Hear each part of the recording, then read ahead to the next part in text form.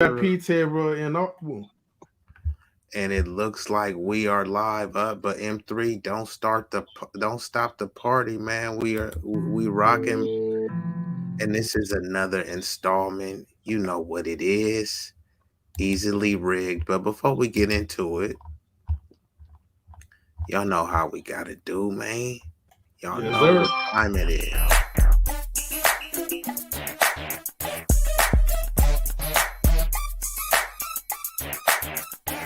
They holler who that is, hanging all out the window.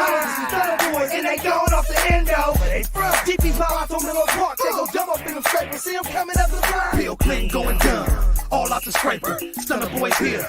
Mission is the major. Watch your girl before I take her, cause I'm on the strip shining. We don't move like no clock. But boy, it's big time. And lead a block to my Insta, cause boy, it's big grinding. 20-inch rims. Freaks on film. She eat her, why she eat him? You already know who game tougher than leather. We throw parties that go dumber than ever. Young niggas wildin' out, shaking they dreads. Boy, is you biz or is you smack? Cause you all out the window with a face of a triple stack. I'm money hungry, plus I need all mine. Rigs on the beat, you gon' see our shine. Why you think they call us a dummy foe? Cause we stunt and we stunt hanging out the dope. They holler who that is, hanging all out the window. Boys and they going off the endo. Where they from? DP Pile out on Miller Park. They go dumb up in them scrapers. See them coming up the block. They holler who that is, hanging all out the window. Boys and they going off the endo. Where they from? DP Pile out on Miller Park. They go dumb up in them scrapers. See them coming up the block. Every time I hit the block, boom, drop this stuff time. Candy on them dumb things, bumping for one time. I'ma do the fool like I'm mental and ignorant. Jumping at a stop sign while I ain't giving it. Throwing up the block cause you know when I'm feeling it. We ghost ride the whip like we ain't even feeling shit. High feed, call a stunner boy. Tennis shoe every whip, now who's stunting boy? At every function, sideshow, neighborhood event. You catch me dipping in the scraper with the 16-inch flip. Reppin' PA, Menlo, Northern Cali finest. If I'm scraping past $1, mean the police right behind us. We don't care, we going on big perp and X pills. Stunner boys, they stunting the block on big wheels. Get big skrills, cause they ain't fucking with us. We in the building and we feeling like nigga with us. They holler who that is, hanging all out the window. Stunner boys and they going off the endo. Where they from? DP Pile out on Miller Park. They go dumb up in them scrapers. See them coming up the block. They holler who that is, hanging all out the window. Stunner boys and they going off the endo. Where they from? DP Pile out on Miller Park. They go dumb up in them scrapers. See them coming up the block. I got a few of my young niggas all out the window. Stunting up the block, niggas know with their info. We dipping, we stacked, our rims are stacked. Plus we smoking on that perp weed, leaning back. They know we coming up the block, holding the meanest stats. When you stunt like them stunners, you get mean with raps. Candy paints on the model, we mean at that. Bumping nothing less than 15s and holding us at. And we'll teach you how to stunt. All through the bay, we ride candy and blunt. When we come, the show shut down. No field goals, all touchdowns. Police come, we get goes down. High speed and run them through the whole town and get away. I'm not locked like Akon, supercharged kick, running on stop sign. They holler who that is, hanging all out the window. Stunner boys and they going off the endo. Where they from? DP Pile out on Miller Park. They go dumb up in them scrapers. See them coming up.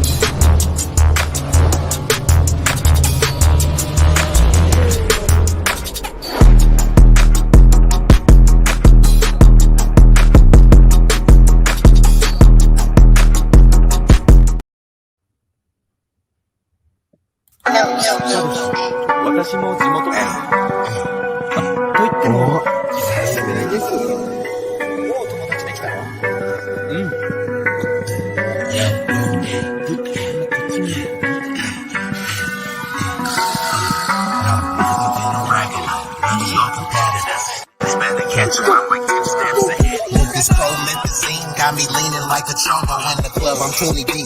I don't be riding solo. Pull some bad bitches, they vanilla and cocoa. They wanna take some photos when we kick it out in Soho. Chicks are showing tits and popping pussy for my promo. Told them like juvenile, baby move it for me slow-mo. Then I'm right back to the block, cause I keep getting moto. I be flipping, not shrinking, I don't give a fuck about no. This nigga name ain't D-Lo, but these bitches stacking this bread forever be my stilo. This is B-Eazy Dat Dude, in the trap making pass smooth. If I ever go broke, then I'm about to pull a move. Since a nigga healthy, I don't don't even gotta worry with my some Fiji eating tandoori and chicken curry. That isn't is really envy. My game international. I design my own clothes, so I be always looking fashionable. Here's a couple facts about me that y'all didn't know. Some of y'all be getting bread, but I be getting bigger, dog. I got bigger and a whole lot of better.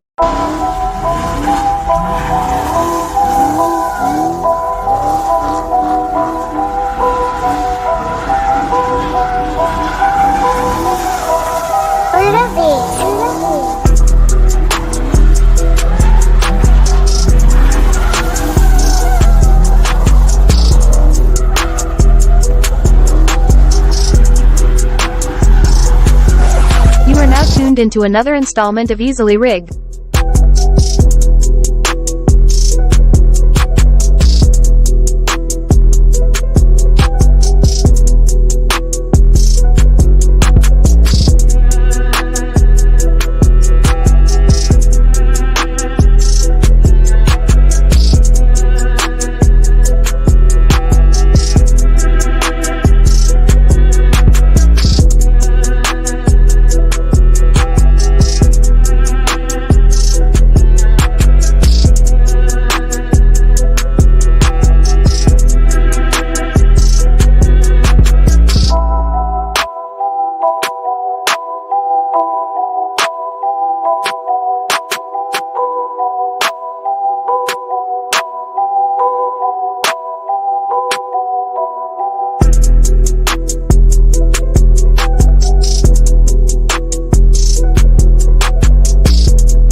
B-Eazy Dat Dude, Big Rig slaps two of the dopest to ever do it, you feel me? Put some respect on their name.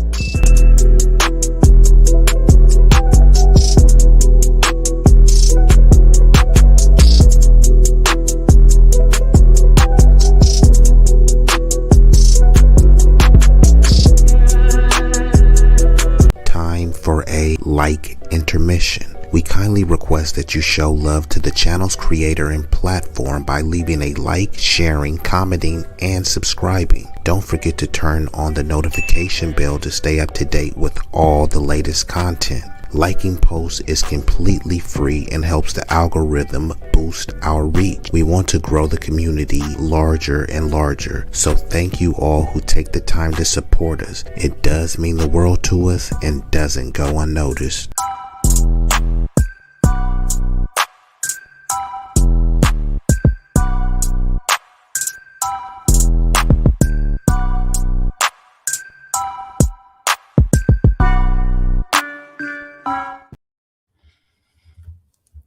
What's up? We can finally get into it, man. What's up with it?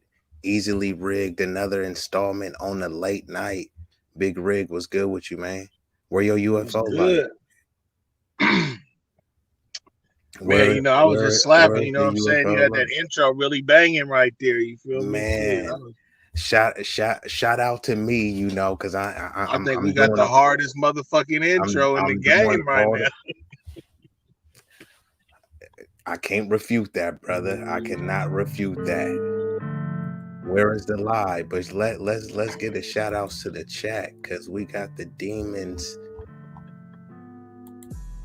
the chat demons, and I mean that in the most respectful way. Shout out to everybody that's rocking with us. We gonna get right into it.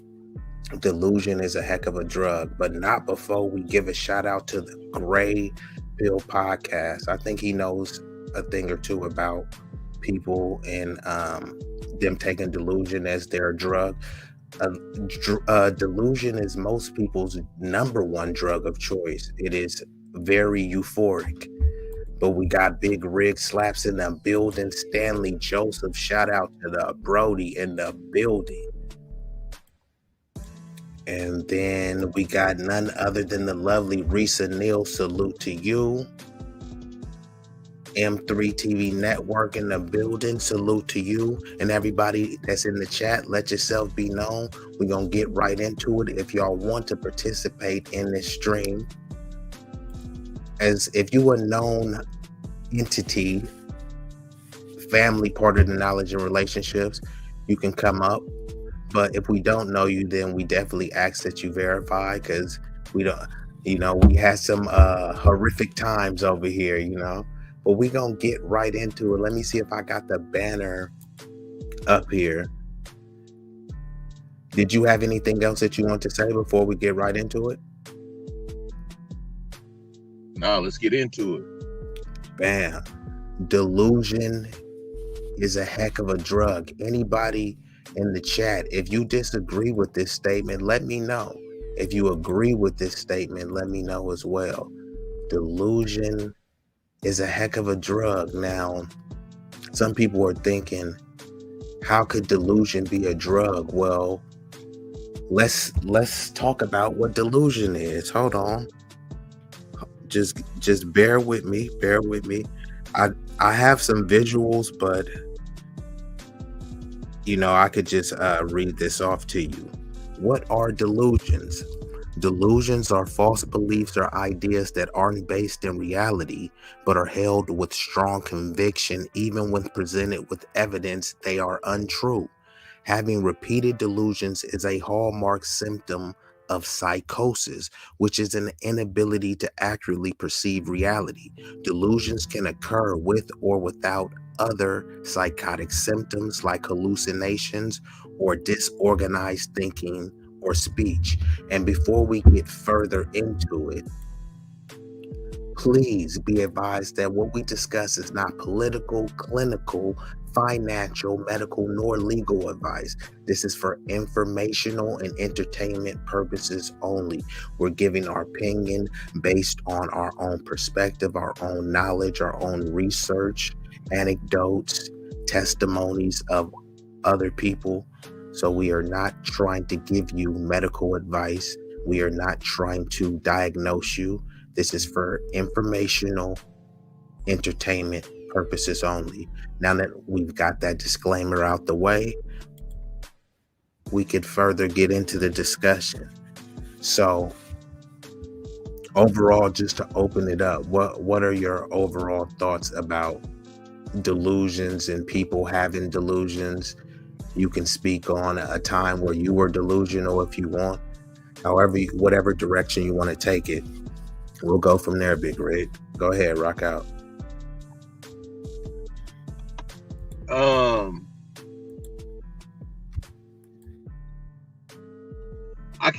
I can't really recall too many times I've been delusional on some shit myself. Hold on, Big Rig. Don't try to just skate. I'm not because I really do want to bring up a point to where I was. But I'm really trying to dig. No, for real. I'm trying to dig and find an example, right? You know what I'm saying? And like, that shit's crazy, bro. Like, because I know there. I mean, come on, man. I know there has been a time because but I can't really think of it. But I just I can definitely say delusional, man. Like. I've met people to where like I've said like, damn, this person is freaking delusional. You know what I'm saying? So that's why I'm trying to think of a time in my life to where I can kind of pinpoint that on me. But yeah, man, like it's kind of funny, man. Because Big Rig don't want to spill the tea about when he was.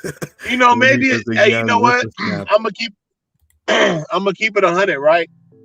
I'm only human, so maybe as conversation goes and we talk whatever, maybe something may come up and I can be like, okay, you know what I mean? Like straight up, bro. I got it. He straight up. He wants somebody to pull it out. Got you, Big Rig. Nah, it ain't that, but I can't think of nothing off the cuff. Big Rig. You know what I'm saying? I can't, bro. Okay, so let's see. So delusional disorders. Let me see. Okay, let's go. So they are different types. So if anyone doesn't know, you can look up what delusional disorder is. And I'm not implying that anyone has the delusional disorder. What I'm saying is consistent and consecutive thoughts, deluded thoughts could be that. And I'm not get into that or medically diagnose. I'm just sharing information and we're having a discussion from there. So these are the different types. There's a erotomanic type, and those delusions are that another person, usually of higher status, is in love with the individual. So let's just start there. Erotomanic types of delusion.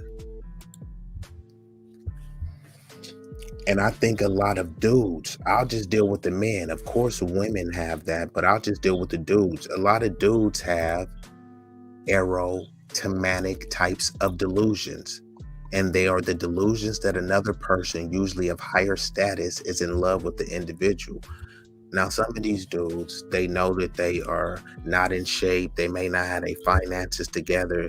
They may need to work on something emotionally, mentally, and they thinking that they about to get, you know, whatever the hottest supermodel is, whatever the hottest celebrity is. You think that you're going to come in and just put it down in the bedroom or whisper sweet nothings in her ear, and he or she is going to be with you.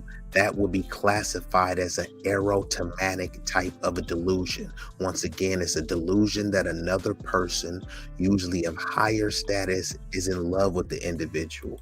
So this is when people be saying, you know, sometimes you see people on TV and they'll like an actor or actress and they'll say, that's my husband or that's my wife, you know. Some people say it jokingly, ha ha, and kikiing, but others are saying it because they truly believe that they have a chance with them. This is where the stalkers come. Eminem made a song about it of Stan. So when people are using that reference or pejorative to call someone a Stan, it's essentially like a stalker. But what you think about what I just laid on you about the erotomanic types of delusions? Other people usually fantasizing and fantilizing over people of higher status and believing that they're in love with the individual. Have you ever done that with any celebrities? What did you have any celebrity crushes you was fantasizing over? Yeah, dog. So, you know, that's why I'm glad you know, I made that, you know, comment that I made earlier, because, you know, breaking down some of this shit, you know, I can be like, okay. So, yeah, most a fact, bro. There was movies, man, that, you know, I watched and, you know, I was like hella head over heels, bro. Damn near really thought that, you know, there was a chance in life, you know what I'm saying, I'd end up running across this part, you know what I mean? Like, just definitely, man. So yeah, that's wow. That's pretty deep. Yo, and shout out to High Value Nurse. What up, big dog? If you want to come up, just let me know. We just chopping a little bit of game right now, talking about delusion is a heck of a drug. I'm sure you will, you know, have something to say on the matter. But you know even that, if you're unavailable, thank you for stopping by. Appreciate that. And go ahead, Big Rick. That chick from you know, Lady in Red, and then she ended up being the one in Weird Science, bro. I was there was man. Hold on, who is that, man? What's her name? That was Kelly LeBrock or some shit, bro. Kelly LeBrock? Yeah, something like that. She was in Weird Science? Weird Science and Lady in Red with I can't remember dude's name. Cold movie though. He fell in love with Kelly LeBrock. Okay, I know who you talking about. But yeah, man, like her, like it was just, I ain't even gonna lie, like even Jada, bro, when she came out in Jada, I'm gonna get you, sucker. I liked her in not I'm gonna get you, sucker. What was that one she was with? Low Down Dirty Chain. Low Down Dirty Chain. Yeah, she was looking proper in that one. I don't know what it was, bro, but like, yeah, man, like even Nia Long, remember Nia Long? Man, yeah, bro. She had Soul Food Friday. She was looking proper. Megan Good, always. Who else, man? Man, we had to go down memory lane. If y'all had any celebrity crushes or anyone in the put it in the comment. Put it in the comment. Let us know, because y'all I know what some names that I'm forgetting. And Mr. Best, I know. I got some right now. You said All right. I'm here for this shit. Let me tell you something. Nia Long and Soul Food Boy, that was baby making vibes right there. God exactly. Damn. When I was like, shout out to Mackay Pfeiffer. Janet Jackson and a Tyler Perry movie, boy. Yeah, man. You know what I mean? Janet Jackson, even Nutty Professor, bro. You know what? Gosh, man. Come on. Actually, damn, I forgot about that. What about Fancy? Did y'all like Fancy from She was alright. She was alright. I don't know what the hell that is. From Jamie Foxx. Her name is like her real name is like Garcelle. Oh, okay. I know her name. Yeah. All their names. Woo, Halle Berry and everything, you know what I'm saying? Like, yeah, Halle Berry was proper, but like I said, man, look at 84. Listen to him now. That boy, he going through it. He reminiscing. All of them from Living Single. Every single last one of them from Living Single. Every single last one of them. From Regine, all of them. To be honest, I mean, I told you that show was on some toxic feminists, but the ones from that girlfriend show, every one of them could get it too. that you know that girlfriend show with Tracy Ellis Ross, all of them. Yo, they were so toxic though. They were though. I couldn't even watch it.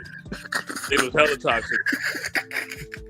But they had that one light skinned one. It was that one light skinned one. Wasn't she like a lesbian or something? Yeah, I don't care what she was, but yeah. God damn it. Yeah.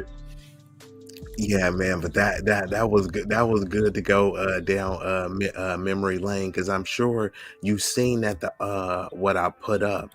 That's a form of a delusional thought, is under the erotomanic type of delusions that another person, usually of higher status, is in love with the individual, i.e. a celebrity. Now, some people, they know that this person may not be in love with them, but if you believe it long enough, some people actually are going, making shrines, putting spells and doing all of this magic because they think that, hey, this person is in love with me. But Mr. Best, if you don't got anything to say about that type of delusional disorder and thought, then I'm gonna move up to the next.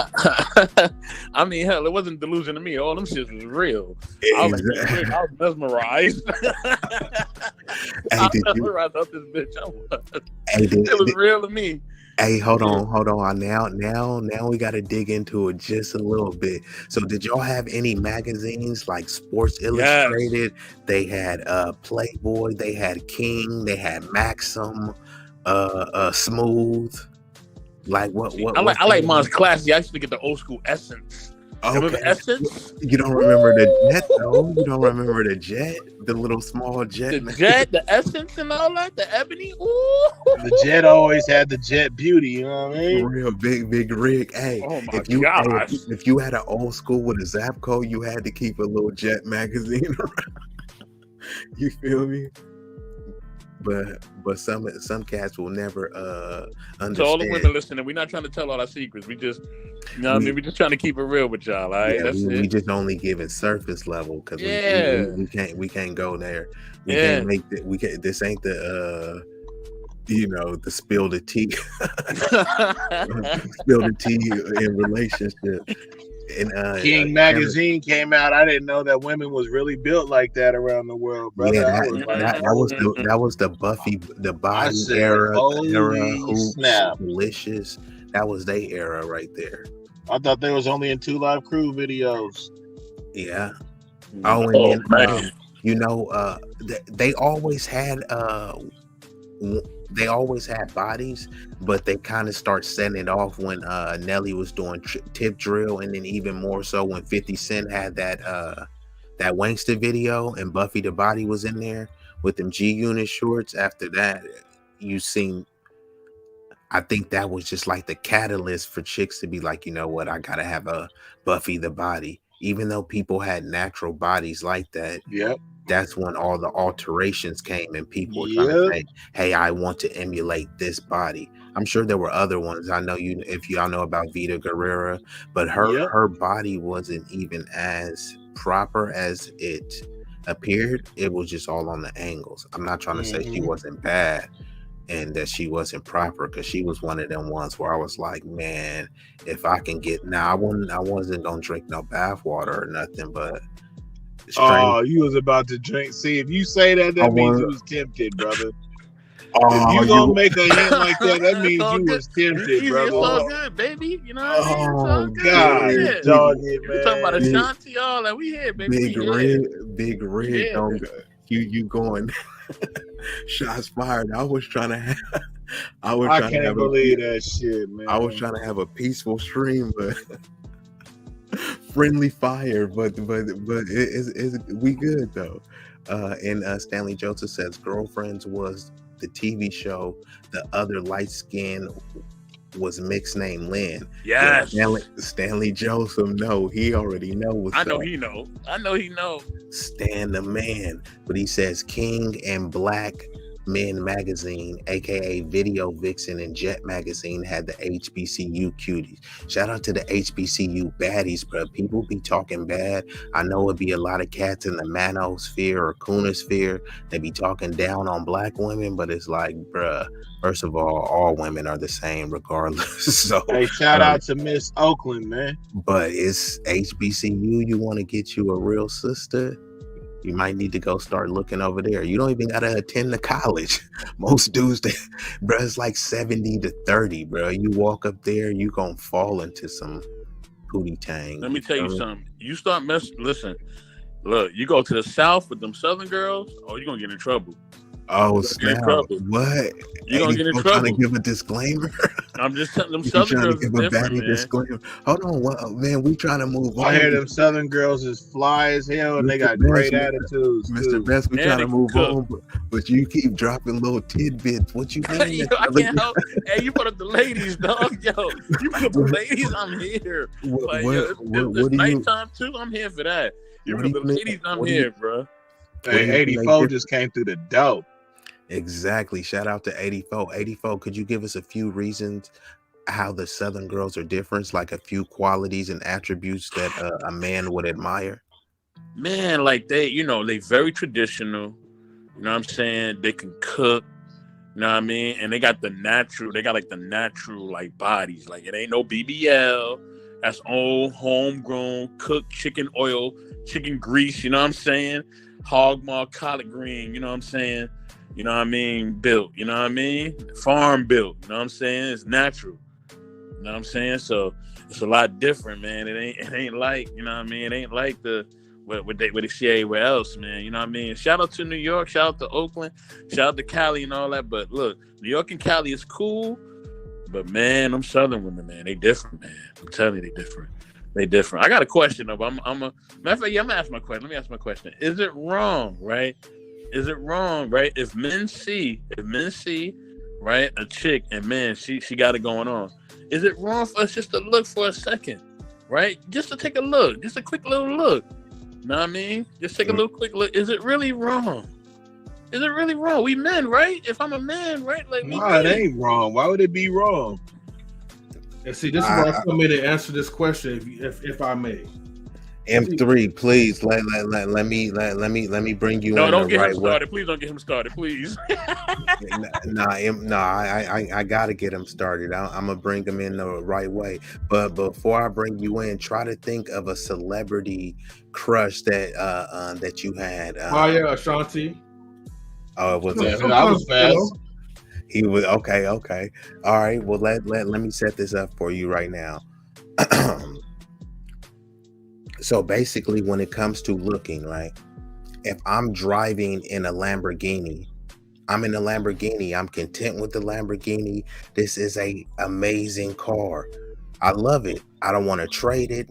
I'm gonna take it home. I'm gonna take care of it. If when I'm out on the road, I happen to see a Ferrari and it got the right kit, the candy paint is glistening, the lights and everything, why would I deny myself basically being able to appreciate something that's that beautiful and artistic, especially all the people, the Bible thumpers that say that they believe in the world. I mean, believe in the Lord, and all of this is God's creation and the fruits of God's creation and God's plan. So why wouldn't I appreciate something? I'm not saying that, hey, I want to go jump in that Ferrari, I want to steal the Ferrari, I want to test drive it. I'm just appreciating from my vantage point of my Lamborghini that's a nice Ferrari. And you can make the analogy that, hey, if you over here with your lady and you're secure with yourself. Now, I do think there's a level of decorum that you should operate with.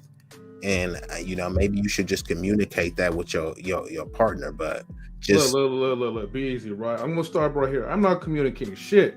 Okay, this is unfiltered M3 for tonight, right? Matter of fact, hold on. Maybe you should have his. Hey, M3, maybe you should have his background. Hey, don't go through that door. Don't go through that door. Don't go through that door. Don't do it. Don't do it. Don't do it, bro. Hold on. Chill, Mr. Best. Chill. I got this. I don't need no saving. Look. Oh no, don't do it, baby, please. No, it's too late, man. Like, we gotta speak up, man. I'm gonna speak up for marriage, man. Fuck this shit, right? Look. If I need to look, I'm going to look, okay? That's point blank, period, all right? Sometimes we'll be a little bit sneaky with it. We'll ask our wives to go check out some groceries or some items that they may want to pick. But goddamn it, if I see something, my neck is going to turn in a certain direction, okay? I don't know how you call like those angles, but it's not going to be 360, all right? I ain't trying to break my neck now. Look at it like, the appreciation of another beautiful woman. But goddamn it, I'm gonna look. You wanna know what's wrong? What's wrong is that when you deny yourself, okay? When you try to deny yourself, it goes bad. It leads to the hub and all that other stuff, man. This is why these other married folks be getting themselves in trouble, man. They keep denying themselves too much and they're not living themselves in a free life. Okay? I mean, look. If you really want to, like, look and, be comfortable and communicate, be smooth about it. Be like, yo, damn, girl, like, yo, wife, you see that girl right there? Man, she got a fat ass, right? What you think about that? That's what I'm just saying, man. Married man, like, man, stop being a punk about it, all right? Just look and then just keep it moving, all right? It's not like you're going to hit it anyways. So that's my PSA for that. Damn, you seem don't listen to M3. M3 gonna have the he gonna have the frying pan coming at your damn head. Don't listen to no frying pan. Don't listen to this dude. Please don't listen to him. But hold on, Mr. Just because it happened to Mr. Hall of Fame, it ain't gonna happen to me, man. All right, you gotta be smooth about it. Okay. Okay. Keep playing with fire. Your ass gonna get burned. I keep telling you that. Stanley Joseph saying, "Hey, I'm gonna look too. I'm not." He says, "I'm going to look too. I'm not denying myself nothing." So Stanley Joseph is Team M3. He also says, "Women be looking too. They don't deny that couch. They peek their lashes, lipstick, shoes, the outfit. Yeah, they be trying to look at the print. So, and you also have to think this too, right? What if you over here trying to have a stiff neck and not look, but meanwhile she over here looking at dudes in gray sweats, checking out dudes' shoes, looking at dudes' dreads, but you like, nope, not gonna look. You feel me? That's when you got to channel your inner M3. M3 turned into Morpheus. Like, how many red pills you popped, M3? Probably like 3 or 4 of them, but Trust me, he just talking shit right now. He just talking shit right now. Don't listen to him, please. All right, cool. So, did you have any other celebrity crushes? Otherwise, I'm gonna go to the next. Delusion. No, I'm just selecting my top 3 right now. Okay, why is she still looking good for a good 4-year-old? Hold on, M3, stop the presses. How did I forget Maya, bro? I grew up loving Maya. I damn near, and the only verse. She still made me want to take me back. Bro, the only verse that Silk the Shocker had that was good was on that song with Maya, that Move On. Yeah, that shit was trash too. But we liked it because of Maya, but that shit was trash too. But I'm just saying it was his best verse. Right.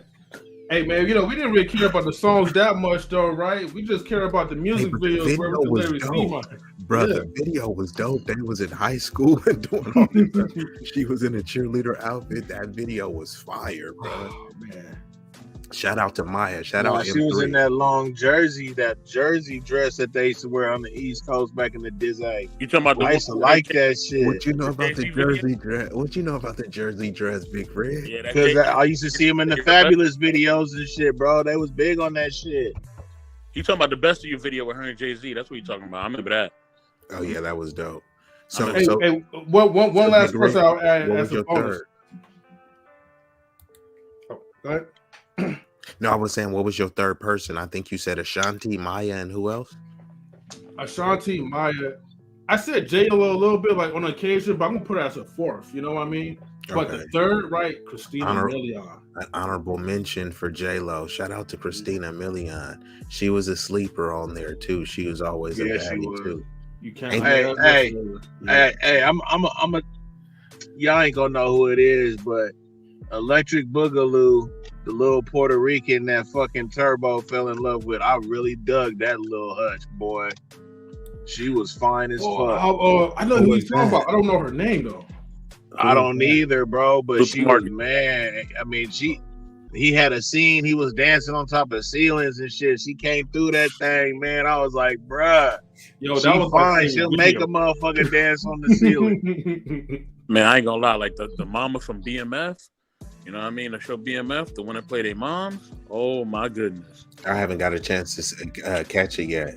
It's pretty dope. Some images though, so the people know what we're talking about. Yeah. So, do you know what her name is, Mr. Best? I gotta look it up, man. If I looked it up, what about Miss Parker? She was bad than a motherfucker. Oh yeah, Miss Parker. I'm sorry, bro. Miss Parker was always. Even talk about the topic no more. The topic is gone. Hey, man, y'all taking me back, bro. Because Miss Parker from Friday, I damn near want to watch the movie just to see that one little couple seconds. Yeah, the way she bent over and shit. I like exactly. That. Shout out to Miss Parker. Shout out to them shorts.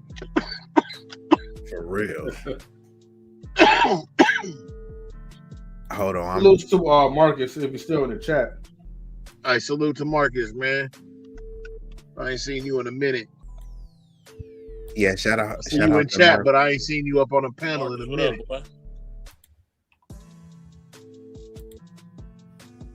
Yeah, because we had also brought up earlier Nia Long too. So Friday had some ones too.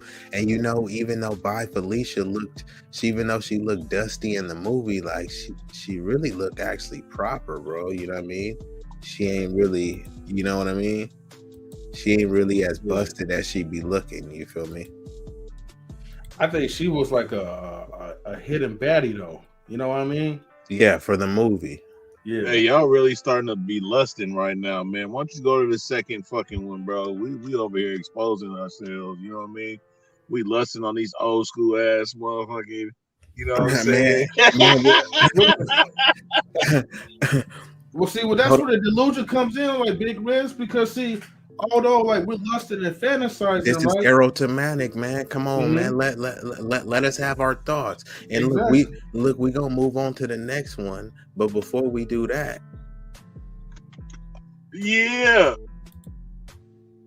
Now we can move on to the next one. So the next type of delusion is a grandiose type, and you could bring that up. Like Stan said, it's not lust, it's a discussion. You feel me? We ain't lusting, we discussing. Call it what you want to, brother. Don't start using the manosphere talking points, Big Rig. I know. Oh, don't do that to a brother. You might have been contaminated. Don't do that to a brother. So that's that. So This the segue, the grandiose type of delusion, the delusion of inflated worth, power, knowledge, identity, or special relationship to a deity or famous person. And I actually want to start with Mr. Best because I know you're gonna get in and get out with your statement. That sounds manosphere. But let me read this one more time. Could you speak to the grandiose type of delusional thinking, whether you personally have this type of thinking, whether you've seen someone that has this type of thinking, and once again, with a inflated sense of worth, power, knowledge, identity, special relationship to an deity or famous person? So go ahead, Mr. Best, rock out and speak on the grandiose type of delusions. Hold on, hit me with He that. opt out. Hit me with that one more time. Okay, this is the grandiose type of delusion, and is delusions of having an inflated self-worth, of power, knowledge, identity, special relationships to a deity or a famous person. This is a type of disorder and delusional thought that some people are possessed with. So what I'm asking you is, do you have these types of grandiose delusions? Has there been a point in your life that you did, or have you been around it and experienced it through family, friends, business associates, etc.? Was that good? Yeah, I would say both. BOFF. Okay. Both. You know what I mean? Like, of course. Speak on it then, Mr. Best. Of course, you know, when I was a younger man, of course, ego, bro, you know, you're in your 20s, you know, you got the testosterone pumping, think you're on top of the world, then you're going to be 25, 27 forever. You know what I mean? But then life hits you, and you start to realize that it's not just about you. You know what I mean? And, you know, things get real as you get older. You get more experience, you go through more shit, you get more mature, you know, and you grow out of that. But some people never grow out of it. Some people are old fools, some people are young fools, you know what I'm saying? Like, it all depends, like, but it's always best to see yourself in a real reflective and a real humble light. You know what I'm saying? Of course, you know, work on your imperfections, you know what I mean? Understand them, you know what I mean? But also encourage yourself too. You know, encourage yourself, you know what I mean? But also have a level of understanding of where you're at. You know what I mean? And that takes you being accountable, responsible for the things that you do. You know what I mean? If you do that, that makes you level-headed, that makes you focused on how to maneuver and do different things. So, yeah, you know what I mean? As far as seeing others with that, of course, you know what I mean? Some people are, they'll, it's really, I think when I was acting like that, and I think when other people act like that, I can see it for myself and I can see it for others. It's just a mark of like insecurity. You know what I mean? Since I was insecure back then, I had to make it seem like, oh, I'm this and I'm that and I'm that and I'm this. I got these type of shoes and look at my watch and, you know, look at this, look at that. You know what I'm saying? Like, you know, I got this type of job, blah, blah, blah, blah, or I live here, whatever. But, you know what I'm saying? Like, after a while, you realize none of that stuff matters, man. What matters is who you are, your well-being, your overall health. You know what I'm saying? You know, are you in a loving home? You know what I'm saying? Do you have love amongst the people that you care about? You know what I'm saying? Those are the things that matter, man. All that other stuff, status, money, things like that, those things they can come and go at any moment. You know what I'm saying? But if you're not overall healthy, you don't have healthy people around you who are building you up, and you building them up, and then that other stuff is gonna matter. You know what I mean? So yeah, so I think it's just insecurity. When you're insecure, you feel like you got something to prove. You're gonna big yourself up that much because you got something to prove. And I think a lot of times when I was like that, I had a lot of things to prove. I felt like, you know, I had missed out on certain things. I kind of felt like certain people didn't, you know, pick up the ball as a youth. When I was younger, they didn't mentor me like you do the mentorship, B-Eazy. I didn't really have too much of that sometimes. You know what I mean? I needed that a lot of times. You know what I mean? So it was what it was, man. But I overcame it. You know what I mean? I got a level of understanding, a level of knowledge. You know what I'm saying? And salute to Mr. Bryant. You Salute to people like Mr. Bryant, man, who always keeps me, grounded. Him, Bolo TV, Bro Clarence, OG Patrice, they always keep me grounded. So salute to those who have wisdom and have knowledge, man. And that's what you have to go to too. You got to see people who have a level of understanding who can keep you grounded. So yeah, that's what it is, y'all. All right, cool, bro. I thought that was a really thorough answer, and it's true, especially the part that you were saying, because once again, and Mr. Brian, if you want to come up, let me know. I know Stan might be working late, but if you're available, anybody that wants to come up, let me know. But Mr. Best was just speaking on the grandiose type of delusional thinking, and the delusions consist of inflated sense of self-worth, power, knowledge. And the power part is when he was speaking about, we get 22 to 25 and we think we're going to be that age forever.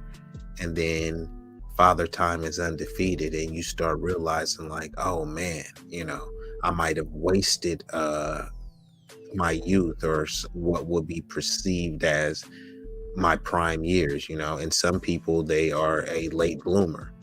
But we are speaking on different types of delusional thoughts and disorders, but right now we're at the grandiose type of delusion. So M3, you got anything to add to this one? Of how the grandiose type? Correct. Has that ever been you?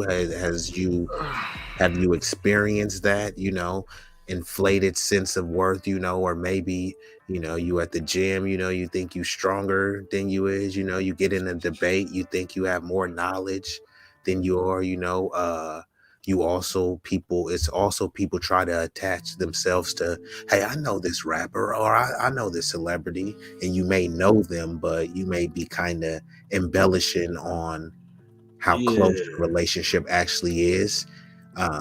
And then also, you may be inflating your worth, right? You say, hey, I'm making 60,000, 80,000, but then you're saying, yeah, but I'm really should be making 200,000. Like, really, bro? Like, you know what I'm saying? So is that enough for you to kind of rock out from there? Yeah, I mean, it's not going to be too much, because I feel like at the time I was more like the opposite. Salutes Daryl Long, by the way. He says like the simp god has landed, right? Okay. Good, man. Yeah. To be honest with you, man, like, growing up, man, I was an insecure type of dude.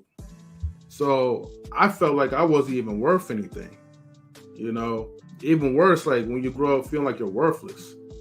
So because like my confidence wasn't at, where it's at right now, sure, I didn't really bother to even try to hype myself up, because I couldn't hype myself up if I didn't really believe in myself and my abilities. And it had to take up to college, to actually like understand my self-worth. So yeah, man, I appreciate for saying that. That's actually, man, y'all come in with some heavy stuff. I actually just wanted to ask you a little bit, because what you're saying is, that's what a lot of people are saying. A lot of young men are saying. That's why, based on these studies, y'all can look it up. Don't take my word for it, whether you believe it or not. They're saying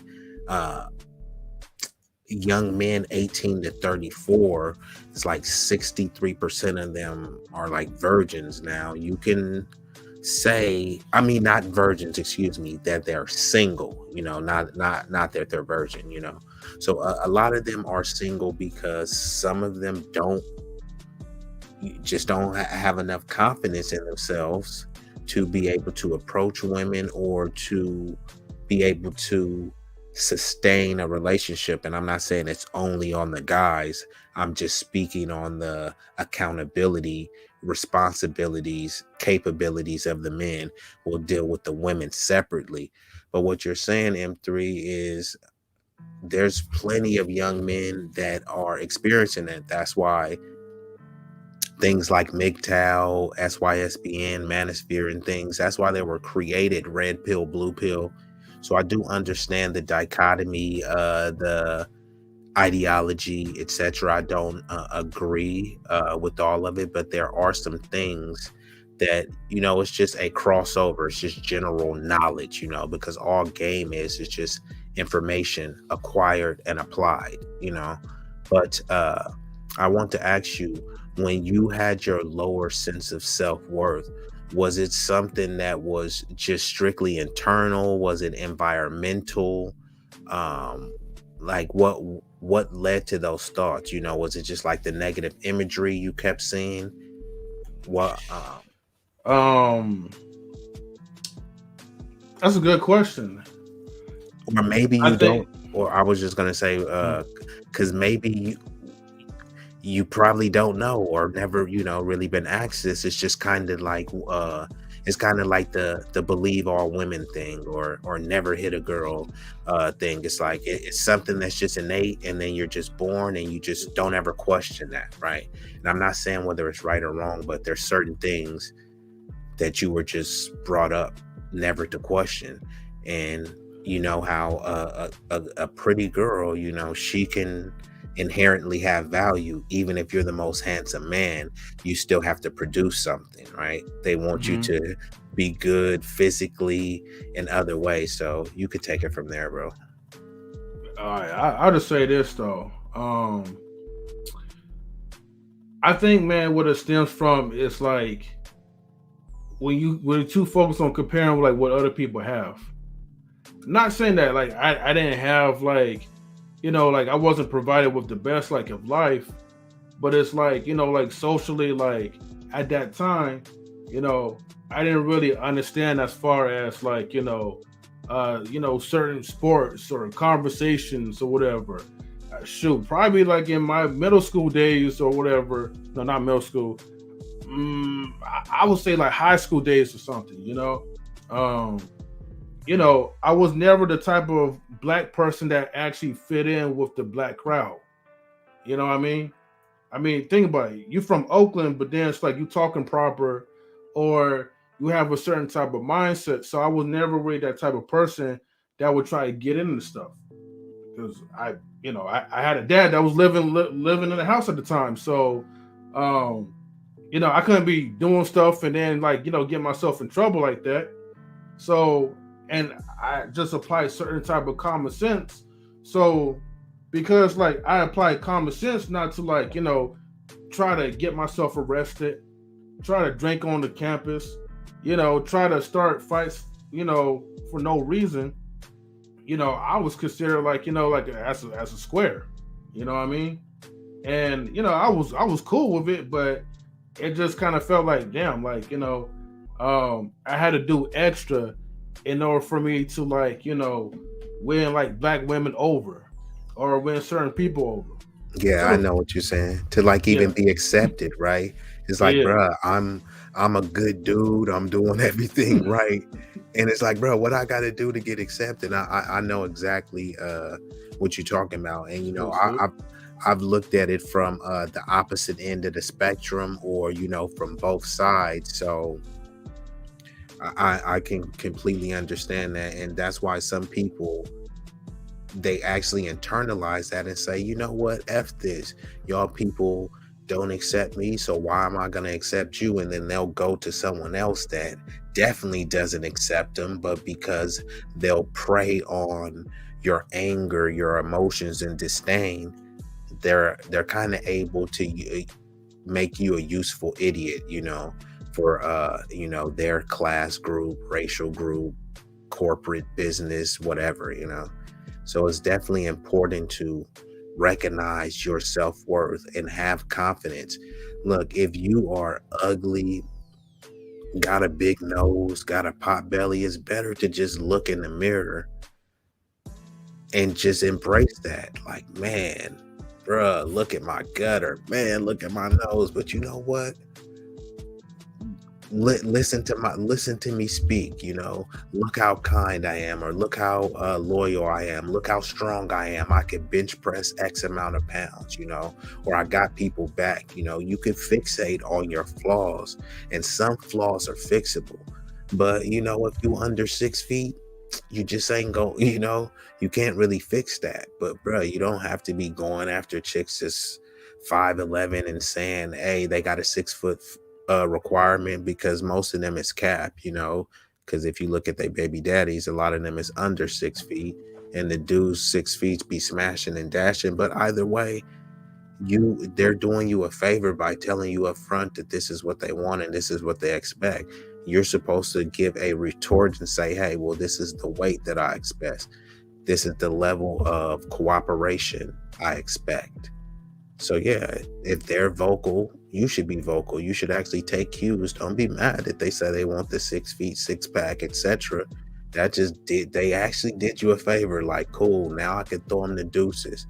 Play the Chris Brown and throw them the deuces. You know, so don't make it more complicated than it needs to be. Oh yeah, facts. Height thing, man. I don't think that was ever like really like an issue for me. You know what I mean? It's an issue for a lot of people, though. That's why they came up with the Napoleon complex, and I think that is a straw man and red herring used in many instances.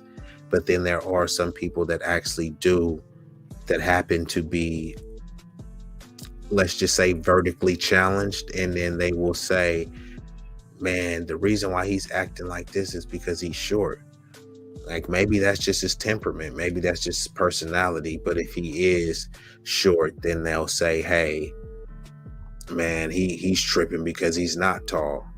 So what happens when tall people trip out? Are they tripping because they are tall, or does it only work that one way?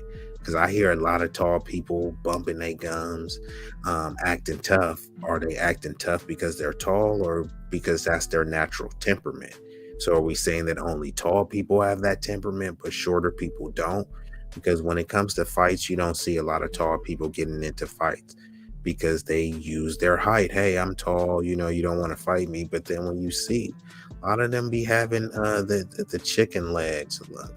A lot of them be skipping leg day. So I'll just leave it with that. So word. But Mr. Brian was asking, what is the name of the list of delusions that you shared, and where'd you find that list? I have the information. You know, I'm always coming up with different resources, so I can't pinpoint the site right now or the list name, but I'm going to bring up some more. But if you come up, or I think I got your email, I could send you the information that way. So shout out to Vouaghn Bryant. But let's go ahead to the next one. Unless Big Rig got something to say, I'm going to go to you right on the next one. Unless you have something to speak on the grandiose type of delusion. Has that ever been you feeling yourself, you feel me, riding in the candy-coated Delta? I think he said he'll be right back.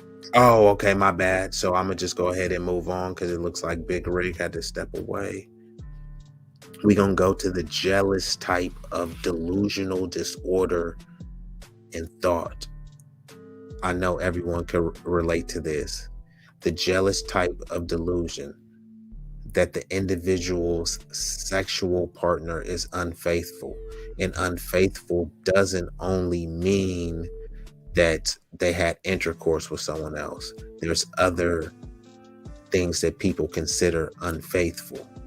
So I would love for you guys to speak on this, because some people are extremely jealous, and they think that, hey, I'm just jealous and this is a natural reaction. But what they're not realizing is that being jealous, I think in certain instances, I think that it is a natural reaction and inkling to be jealous. I'm not saying whether it's right or wrong. I'm just saying it's kind of like a knee-jerk reaction.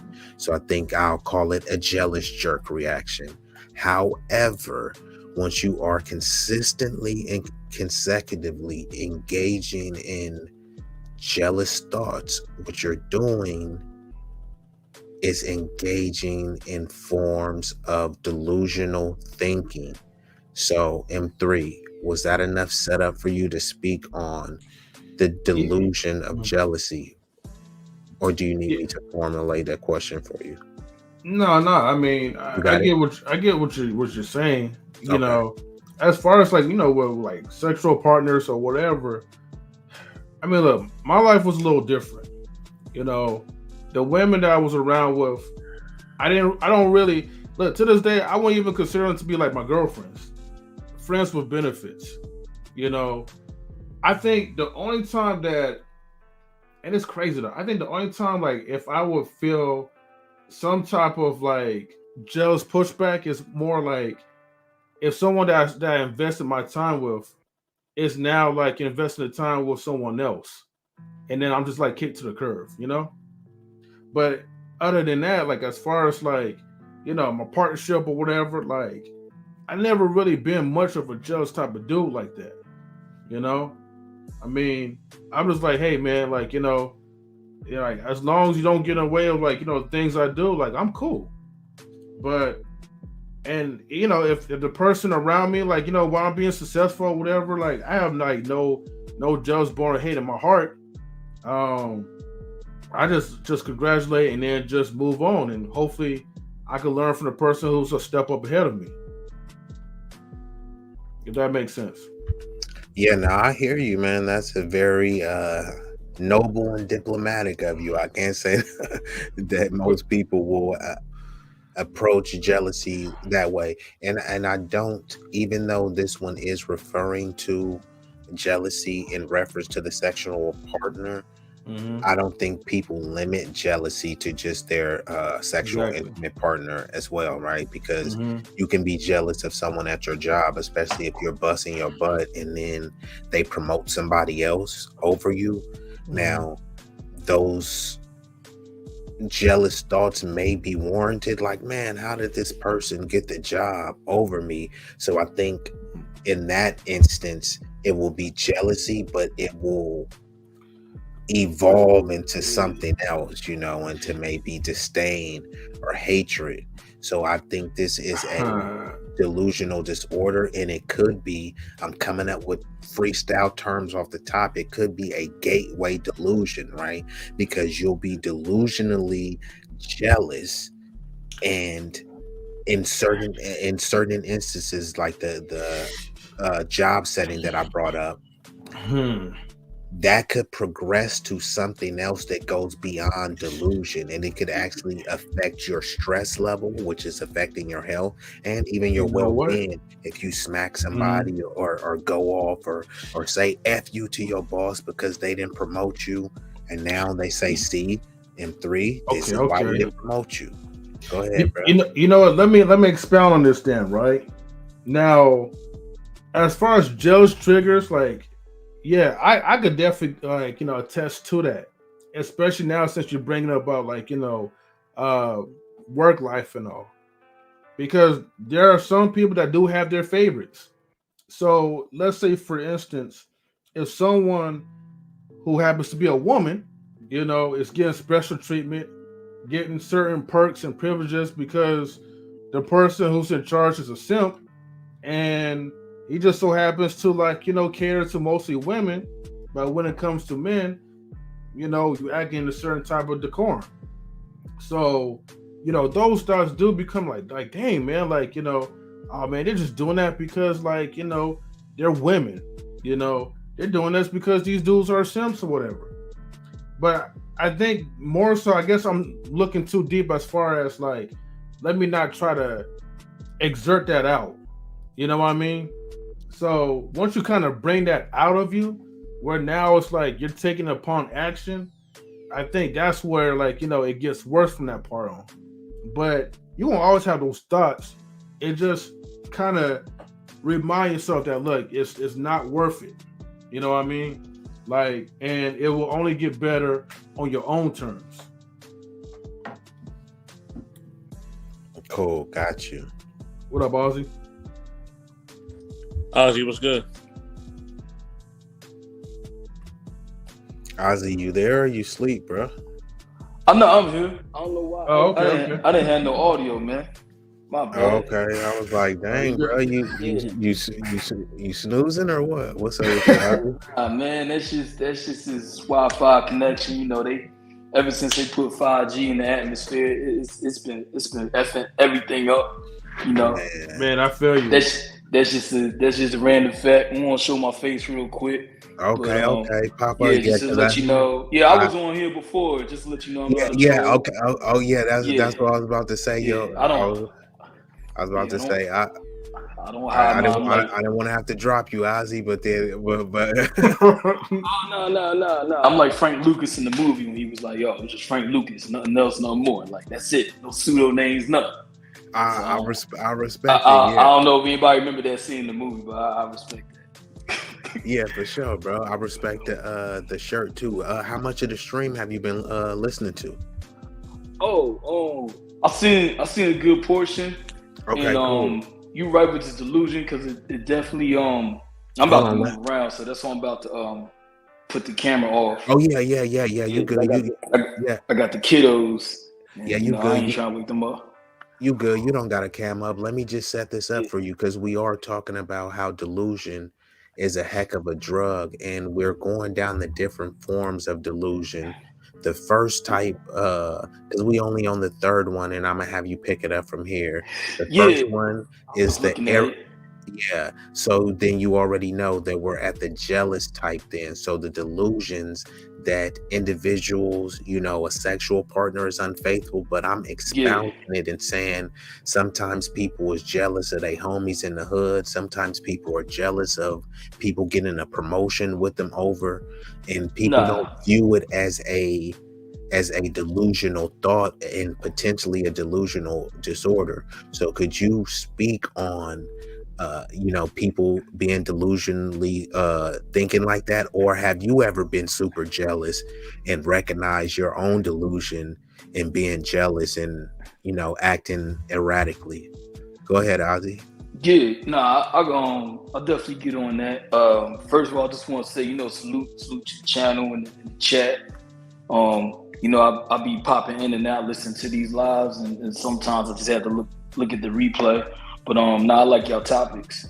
But I think the delusion part is good because obviously we live like through all these platform apps. We got TikTok, we got Big O, we got YouTube and shit. That's why I like showing my face because I don't live in the delusional world. Like I'm straight up authentic with mine. Like it is what it is. Like I didn't have kids. I gotta lose the dad weight. Like I already know that. Like I'll be honest with mine. But I ain't trying to go too much on the Kanye rant.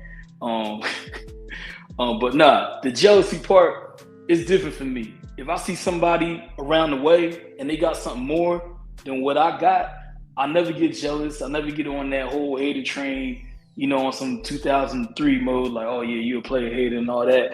It actually motivates me because I'll be like, well, damn, if they got it, that means I got to change up something on my side. And I gotta step up, right?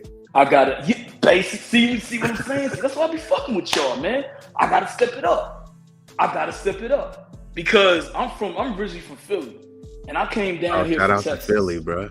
Appreciate it. I'm living in Texas now, and it was a lot of things I did. But one story I want to share with you. I was getting back into college. I was paying out of pocket. And I was asking for help, and my pops is in my life. Like M3 said, like I understand pops is in my life. He just wasn't, in the household. But I went back and forth between my mom and my pop's house. And my pops is like the one person I will ask for like some financial assistance. I ain't gonna lie, but I'll still get it myself. And he was like, "Look, I can help you," but he kind of left it up to my own. So what I did, I had just got a second job. I had my day job doing sales. I was working the second job in a restaurant, like literally slinging hash. My grandmother, because I had family down here, but I was living with my grandmother because she's in a wheelchair, so I was helping her. So like I was getting it, like 72 hours straight, no sleep. Like it felt like I was back online, like trying to get down. So basically, I say that all to say, like you said, step it up. I paid off like $12,000 in school debt in 7 months just off of some 9-to-5 jobs while I was still taking care of people. So that jealousy shit, I don't know. It never affected me like that. The only thing I did was like, yo, I could just do better. I gotta step it up. Like I'm doing 2 jobs right now because I'm getting back on that mode because the prices of eggs went up. Like, nigga, $10 for some eggs? Like, shit, we gotta do something. So like, I'm like, yo, let me put these 80 hours in the week. Like again, I work a sales job. I sell media, and then at night I literally sling hash. Like I'm like Ghost and Tariq and Power. Like my 2 worlds are totally separate. But I'm getting out here and I'm getting it. So I never get jealous. Like when Meek Mill be putting like, yo, I'll be putting on the IG. I'm trying to motivate people. That shit motivates me. When I hear like Bill Gates and shout out to the dude, I forgot his name. Oh, Steve Jobs that did the iPhone and saw his movie. Like all that shit motivates me. I just don't get jealous, especially when it's somebody around the way that I know they came from the same element I came from and they doing it now. I'm like, yo, it's something I could do. Because if we came from the same foundation, cut from the same cloth, that means I could get out here and get it. So I'm on that path. The relationship side, this is my thing. Y'all probably gonna look at me kind of crazy, but it is what it is. I'm like M3. I had a lot of friends with benefits, right? So if I'm with a girl, it's gonna be serious. If I'm showing any type of jealousy, it's not because I'm jealous of the dude. I'm just basically jealous of the time, like M3 was saying. But mine's a little different. I'm jealous because it's like I'm actually passionate about you and I care about you because like my loyalty runs deep. I don't care about like, oh, you talking to other people and all that. But I feel like it's on some mafioso shit. Like you with me, like you know my financials, like you a part of my household. Like you can't go outside the family. That's when the jealousy kicks in because it's like, nah, you got to keep this shit inbound. Because people are crazy out there. You never know when somebody cheats, man or woman, they could go out and they could bring back even more just infidelity. Like people could try to set you up, scam you, rob you, kill you. You don't know what the fuck's going on. But it never got that deep for me. But my thing is, if I'm actually jealous over a girl, and now it's because, I mean, she's about to be my wife, so I'll stand up straight and be like, yeah, I'm jealous, which I never really had to deal with too much of that. It's because I actually care. So I feel like, yo, if a man or coming from a man or a woman, if you don't show a little bit of jealousy in certain situations, you should kind of look at it like, well, damn, is this person any passion for me or do they even like me? Because if I don't show any type of that, like any type of that emotion, I'll probably forget about you like a kid getting a short attention span with a toy. Like, yo, I'm done with this shit. Like, it don't matter to me, you know, because I'm really nonchalant about mine. So on my side, like relationships, if I'm showing that jealousy, that means like I actually care, like I got some passion for it. The other side, it's like, well, if I'm not showing none of that, because I told girls before, like, yo, if I'm not showing none of that, if I'm getting rah-rah over you, then there's an issue. That means like I really don't care what you do. So yeah, that's just my take on jealousy. I just wanted to jump on that. That's all. Okay, cool. That was I was wanting to disagree with you, and I think I would have to kind of ask you some more questions to say, but nah, I actually just said that whether I'm not getting into the right or wrong about it. I think that having jealous thoughts is like a natural kind of innate. Ozzy, I think he said it. I think his Wi-Fi dropped because I didn't drop him down, but I think it is. But you could come back up if you get your stuff together. Okay, looks like he came back up. But what I was saying is, I think people naturally will, like I called it, a jealous jerk reaction. You may not even be trying to be jealous, right? And then you walk with your you walking with your girl, and then she just start reckless eyeballing some other dude. You know, I'm just giving a hypothetical scenario. You can say I'm the most alpha dude ever, but you can't control a jealous thought coming over you. Now, it doesn't mean that you're gonna start strangling her or something like that, but you will feel some type of way. Like, did she really just do that in front of me? Or, man, what did this dude have that I don't have? Or, man, this nerdy looking dude. Or, man, F this dude. But, bro, this dude is like 6'6", 400 pounds of muscle, you know? I see what you're saying. You see, like, it's a natural, like I said, it's just like if you hit someone's knee, you're not telling your knee to react like that. You just hit the knee and then it reacts, right? That jealous scenario presents itself and you just react. It comes over you. You may try to avoid it, but you know, typically certain things that you avoid, it kind of only makes it worse, right? You try to avoid it and then 2 weeks later you explode and remember that time in the mall when you was looking at this dude, you know, when you should have just addressed it right there, you feel me? But I can't remember that shit. There's too many weed pens out here. But you know that some relationships they do that, you know, holding on to some issues from like weeks ago or months, and then I'm like, why didn't you address that 2 months ago when it first happened? Because people be scared. Yeah, I think y'all talked about it on another live. People just don't want to be straight up with it. And I'm glad that we had this discussion. Like you said, you kind of disagree because I ain't gonna I respect that. And like I agree with half of what you said and disagree with the other half. Like, nah, I think the jealousy part is like just natural reaction, but I kind of think it's kind of good showing some emotion. Like, I don't know, I just never get jealous of another man or person. I don't know.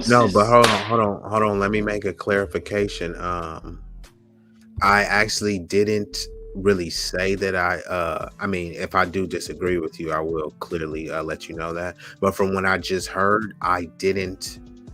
Like I said, I can't really. It's inconclusive. I can't say that I agree with most of what you're saying. I was saying that the other things before I say I disagree with something, I need to get clarity of something, because I may ask you a question, you say one thing, I was like, oh yeah, well, I agree with that, because sometimes people jump the gun on disagreements, and I'm just giving a more balanced nuance and a different perspective. I'm not saying that hey, I don't agree with other positions, because it's not just one universal position to take, especially when we're speaking in broad terms. And I do think in certain instances, because there's different scenarios of jealousy, right? I think in certain instances, I would want to see that emotion, right? Like because thank you, man. It emotion out here in these streets. I'm sorry. Yeah.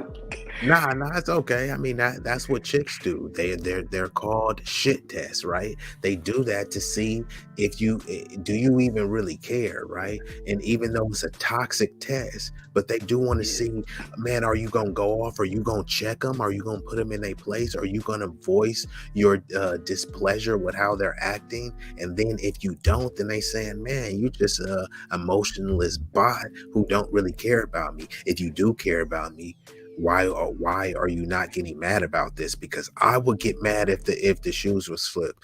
So I think that it's something to be indifferent about. I don't think you can.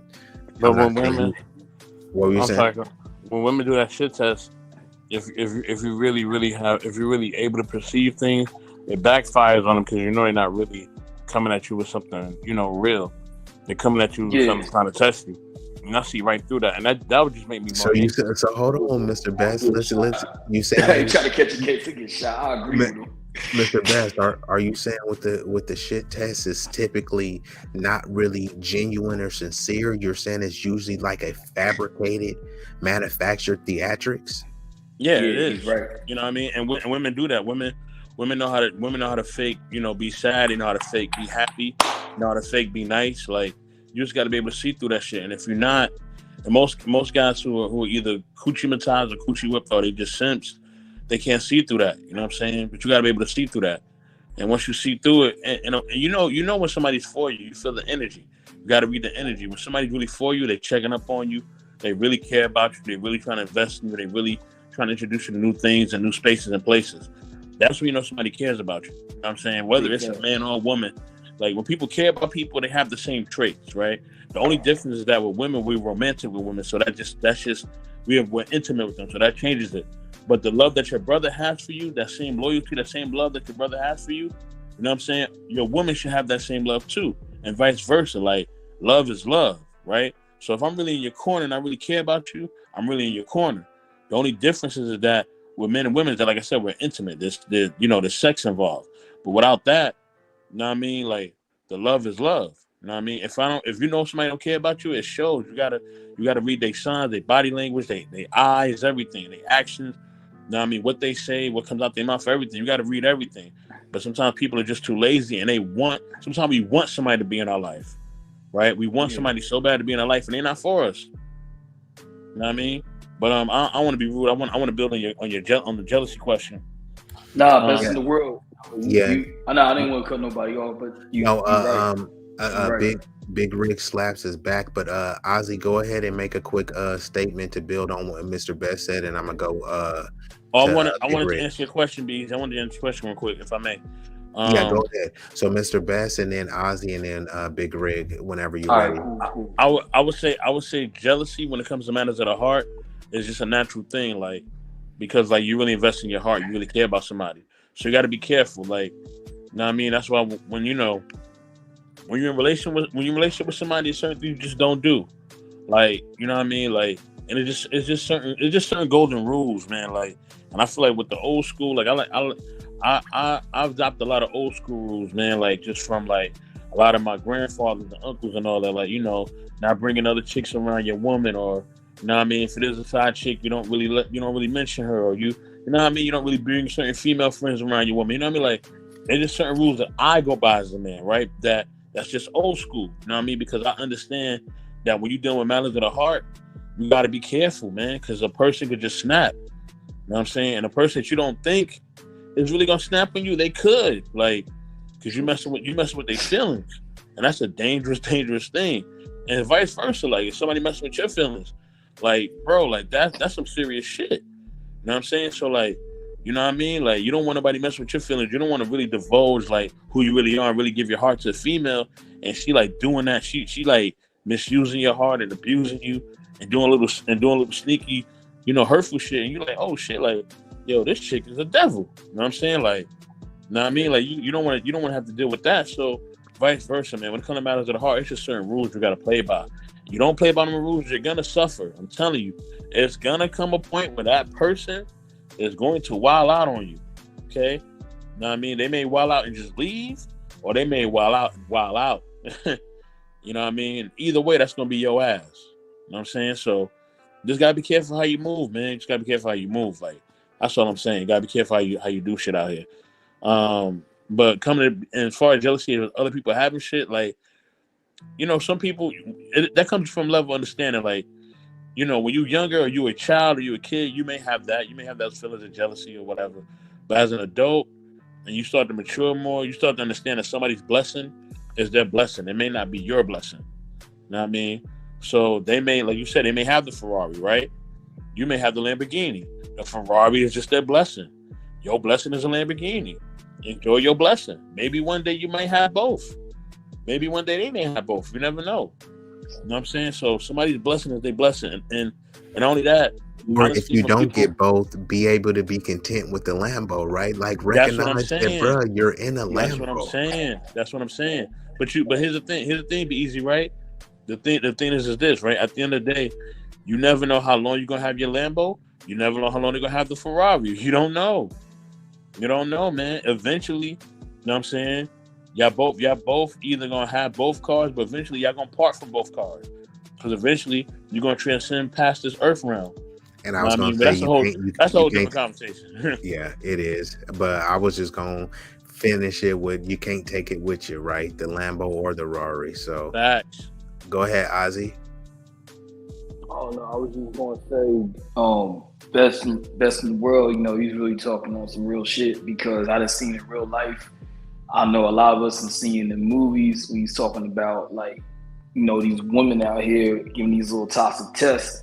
How many times have we seen one woman bring down a whole organization? How many times have we seen one woman get somebody shot and all that? So that's why when Best in the World was saying that, like, it just brought me back. Like, yo, unless she's really riding for you, yeah, then put your life on the line. Like basically, unless you really gonna like, you can sit there and say I'm gonna die for it. Like I know I'll die for my family and my kids and certain people in this world. Cool, but nah, he's right. They put them toxic. Like nah, don't do that because people they too loud. Like they go straight to what's on the side of their hip, you know, or they want to hurt you financially and soup. So nah, don't like best in the world is right, man.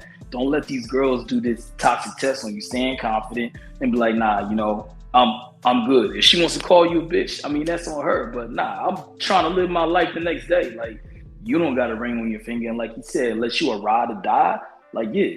And fellas, for the ones out there, y'all not involved in anything, make sure you honestly have your girl say, I know it's going to sound crazy, but like, yo, you ride or die for me. Make sure she says that shit. Because I'm telling you, you know, words is powerful. So you know, like, hey, you got my bail money. If something happens, like for real, that's who I'm fighting over. But if you ain't doing none of that, nah, man, get out of here. I ain't doing that shit. Please. Got you right on, bro. And Big Riggs, are you there? No, just real quick, I'm gonna drop down. If y'all still up here, I'm gonna try and come back up. I'm gonna hit the cash app. Just show my appreciation. Donate. Okay, cool, bro. Thanks so much, man.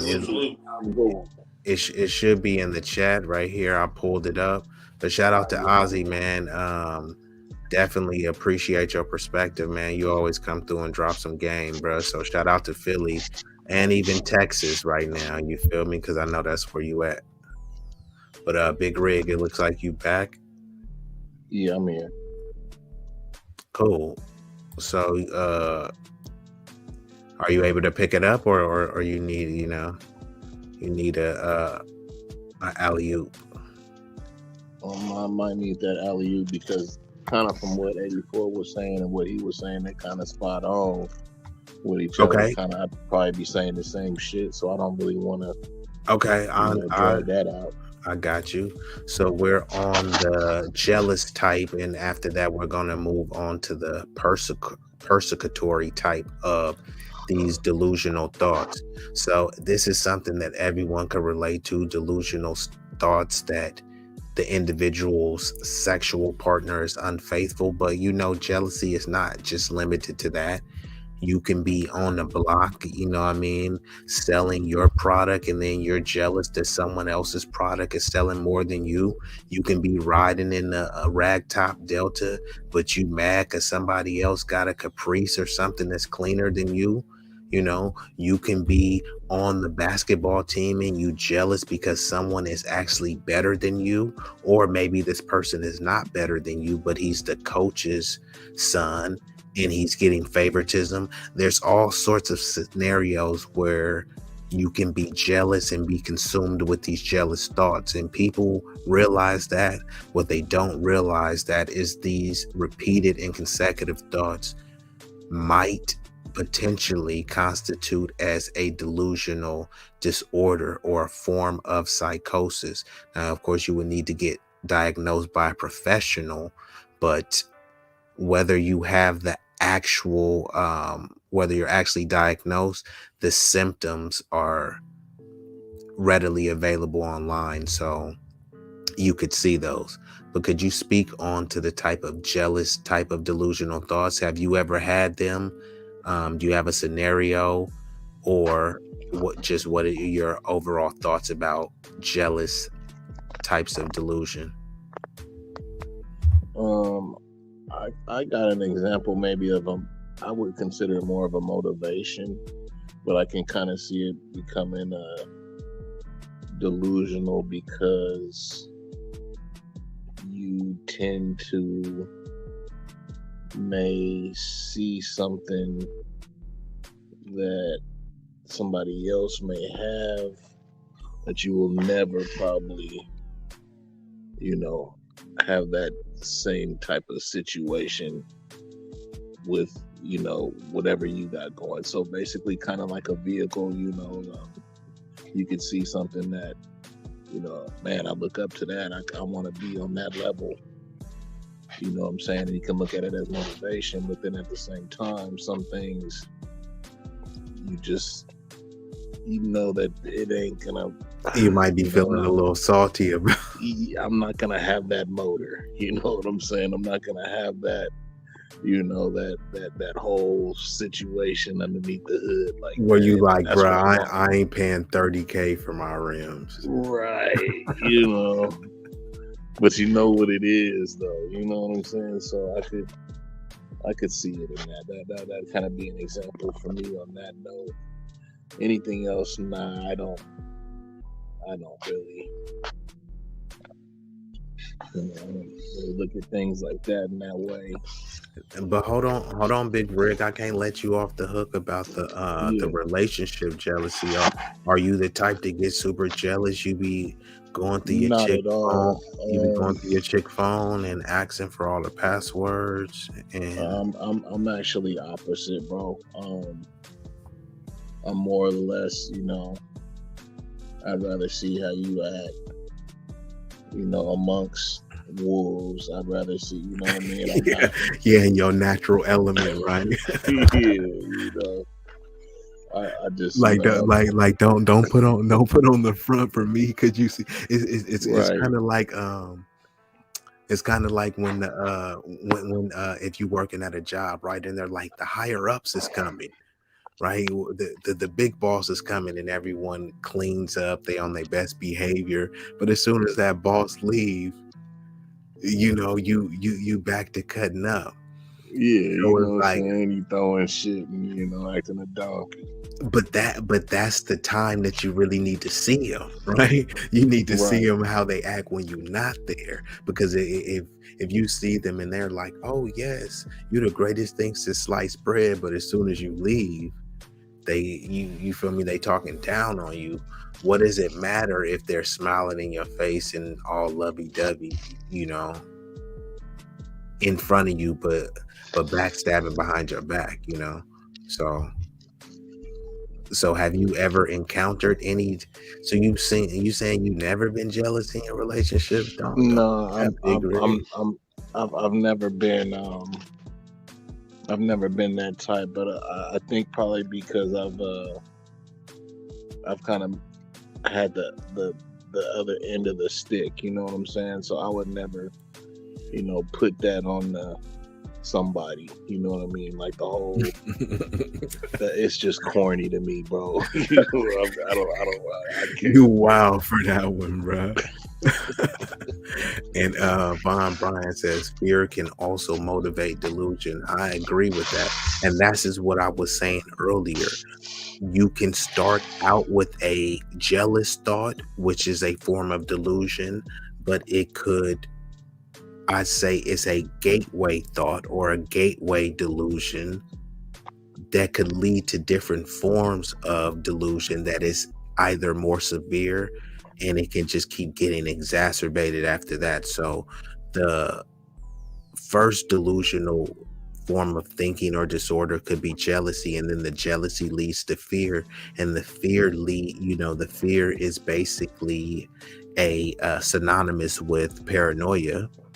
Mm-hmm. And from that paranoia, you can become dangerous. Correct. You can hurt yourself, you can hurt someone else, and this all stems from delusional thinking.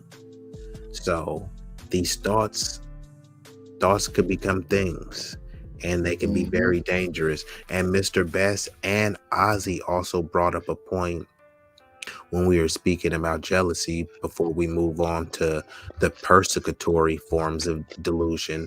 When we're speaking about jealousy, I'm sure everyone has heard about Jonathan Majors. Jonathan Majors has been accused of assaulting his girlfriend and doing some domestic violence. And one can make an argument that she did that out of jealousy with the power he might have, social status, control, or maybe she was just having different other thoughts of delusion, which may segue right into persecutory types of delusions that the person or someone to whom the person is close is being malevolently treated in some type of way. So And hold on. And just so you're understanding what being malevolent is, it's having or showing a wish to do evil to others. So maybe this fits right with Jonathan Major's girlfriend.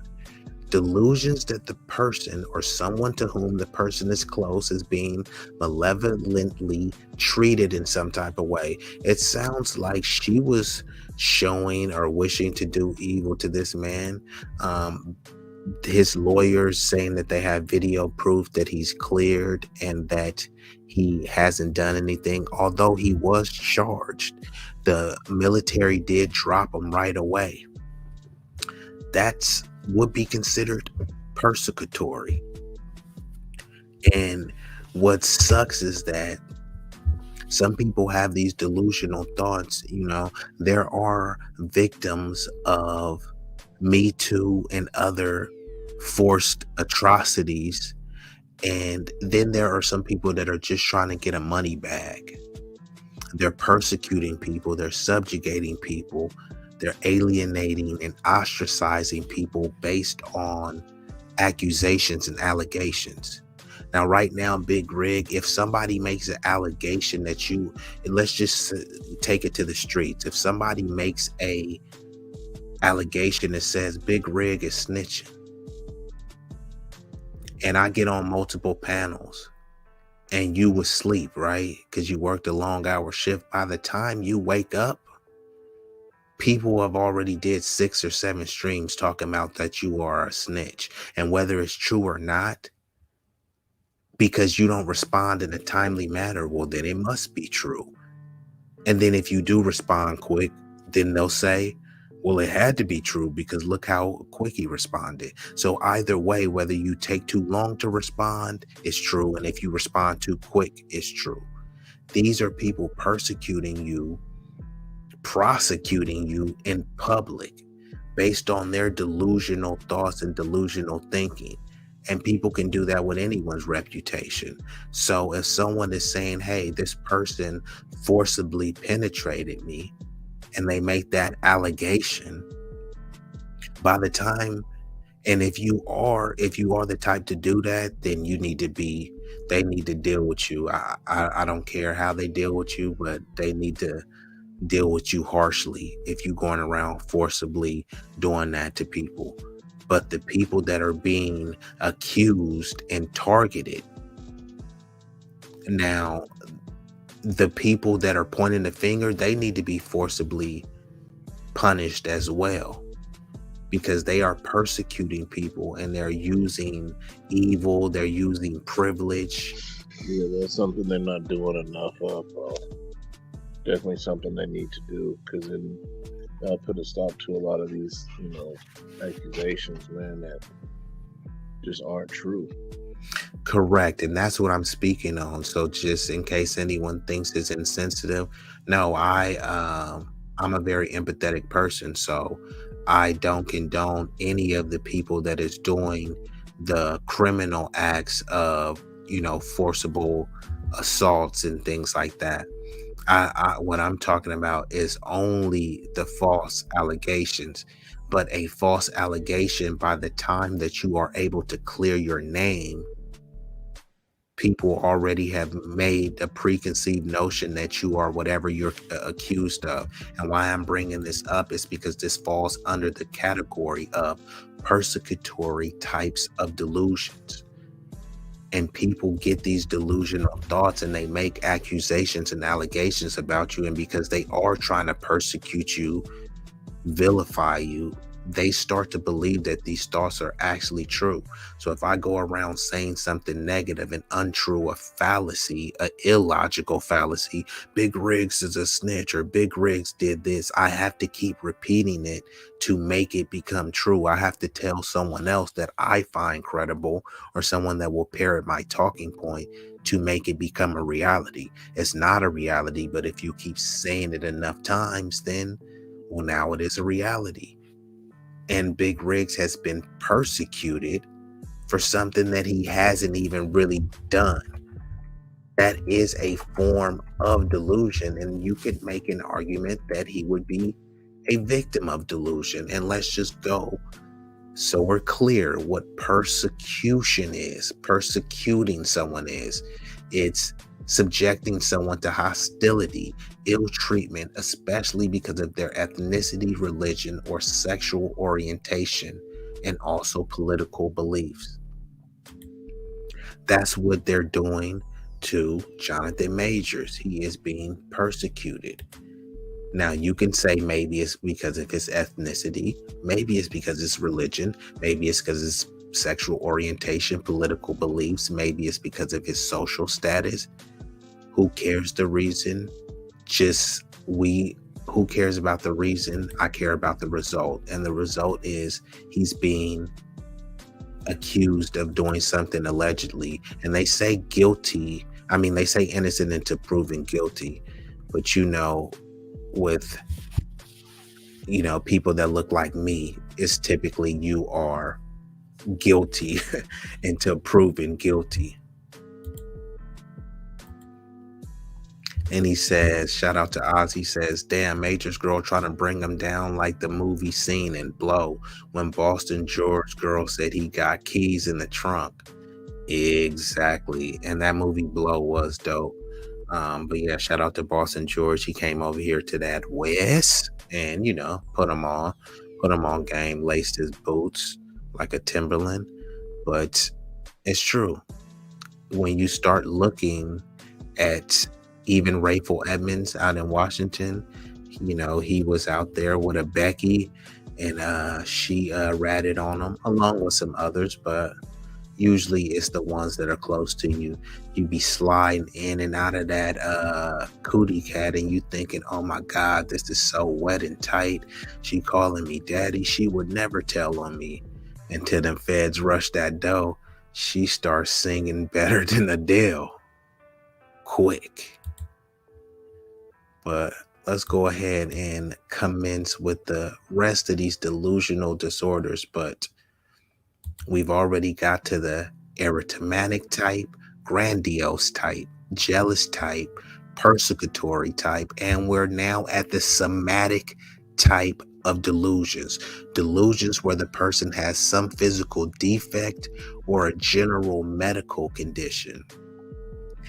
Now, this one is tricky because some people actually do have medical conditions and some people have delusional thoughts and think that they have a medical condition and they kind of correct and they kind of diagnose and say, hey, I may need this treatment or these pills, and nothing is really wrong with them, but they believe something is wrong with them, almost like a placebo effect, right?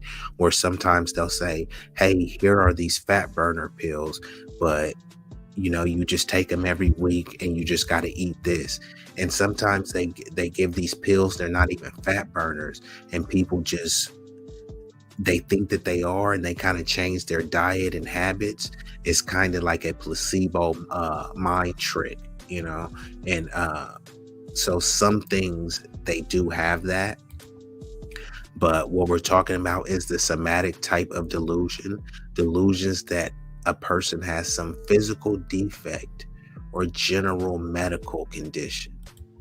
And having delusional disorder is a medical condition. There are all sorts of other medical conditions and disabilities, which I believe if you have cancer, if you have diabetes, and amongst other things, you would be considered disabled. I don't know if you can get one of the handicap stickers. I think you can, but some people might think that they are more sick than they are, or they might even have delusional thoughts about them not being sick.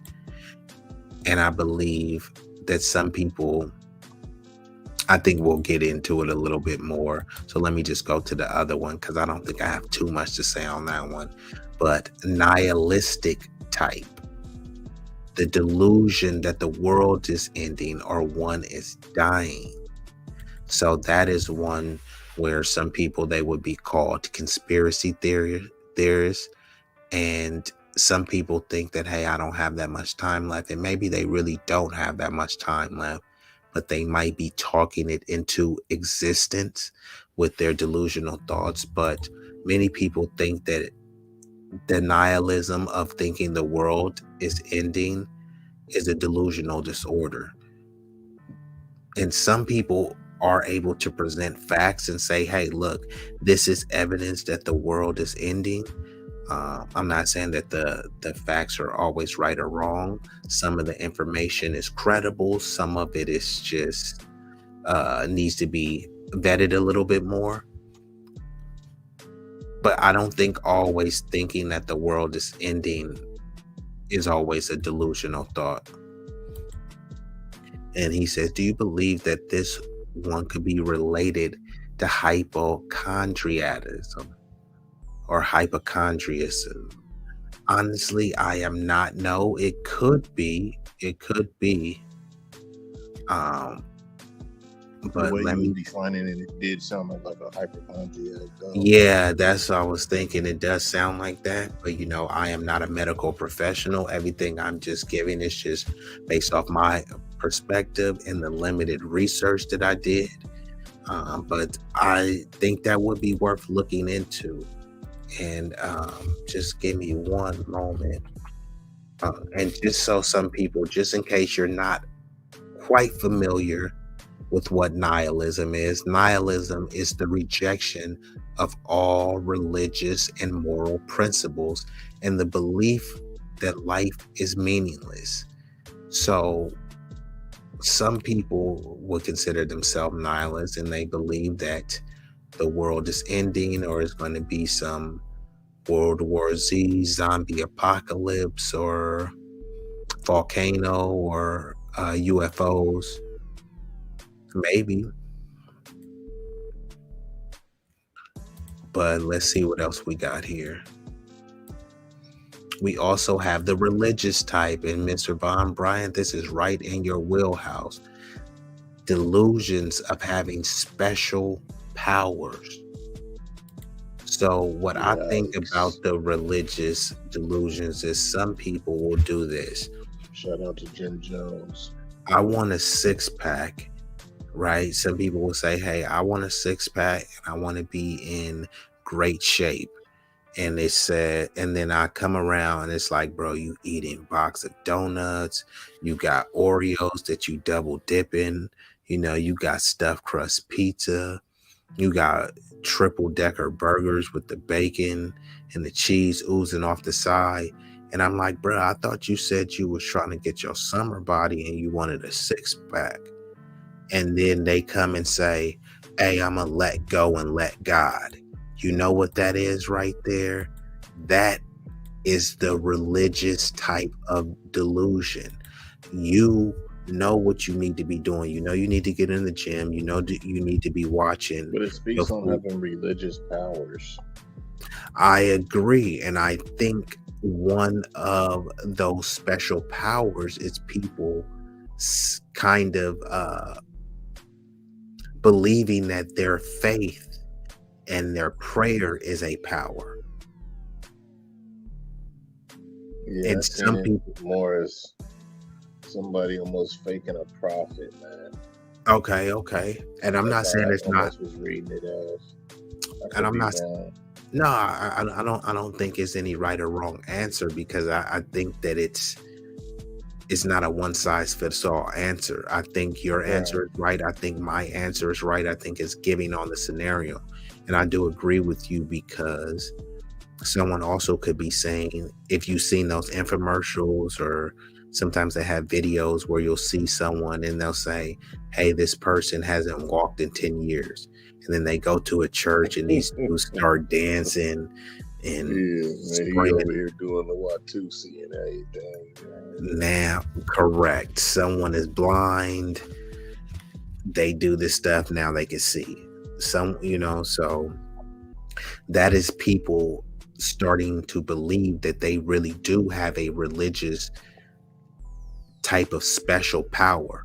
And some people believe that they're deriving power, energy from the Most High with their prayer, and that they can say, hey, I'm just going to let go and let God, and he'll figure this out for me.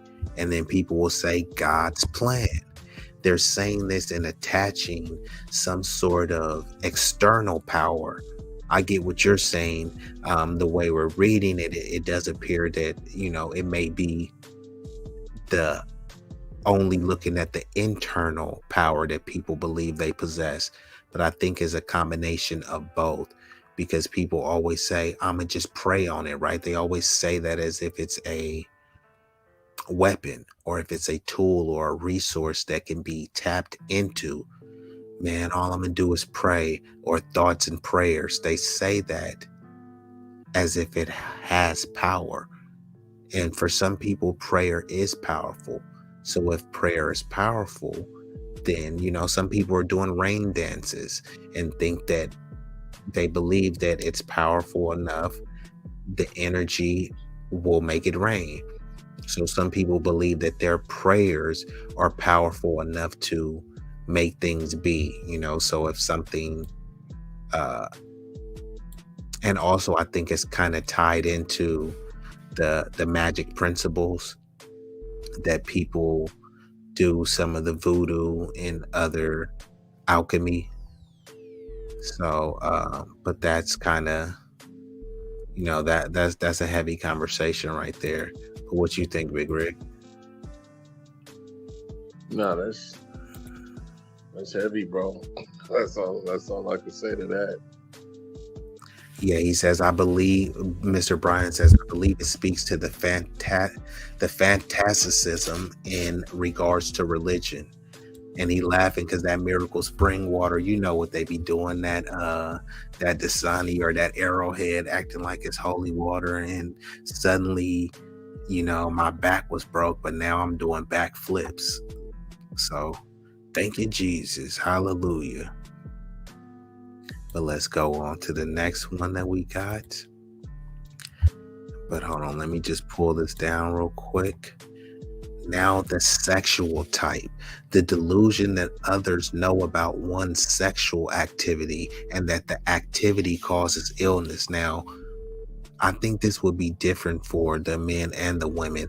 This type of delusional thought is when people is cutting up, right? When dudes know that they running around, you feel me, slaying in community D, but then you trying to wife up a little baddie, but then you thinking like, man, do she know how, you feel me, that I was in the streets being a man whore, you know what I mean? Or I was out there slanging this, or I got some little secret babies that I'm hiding about.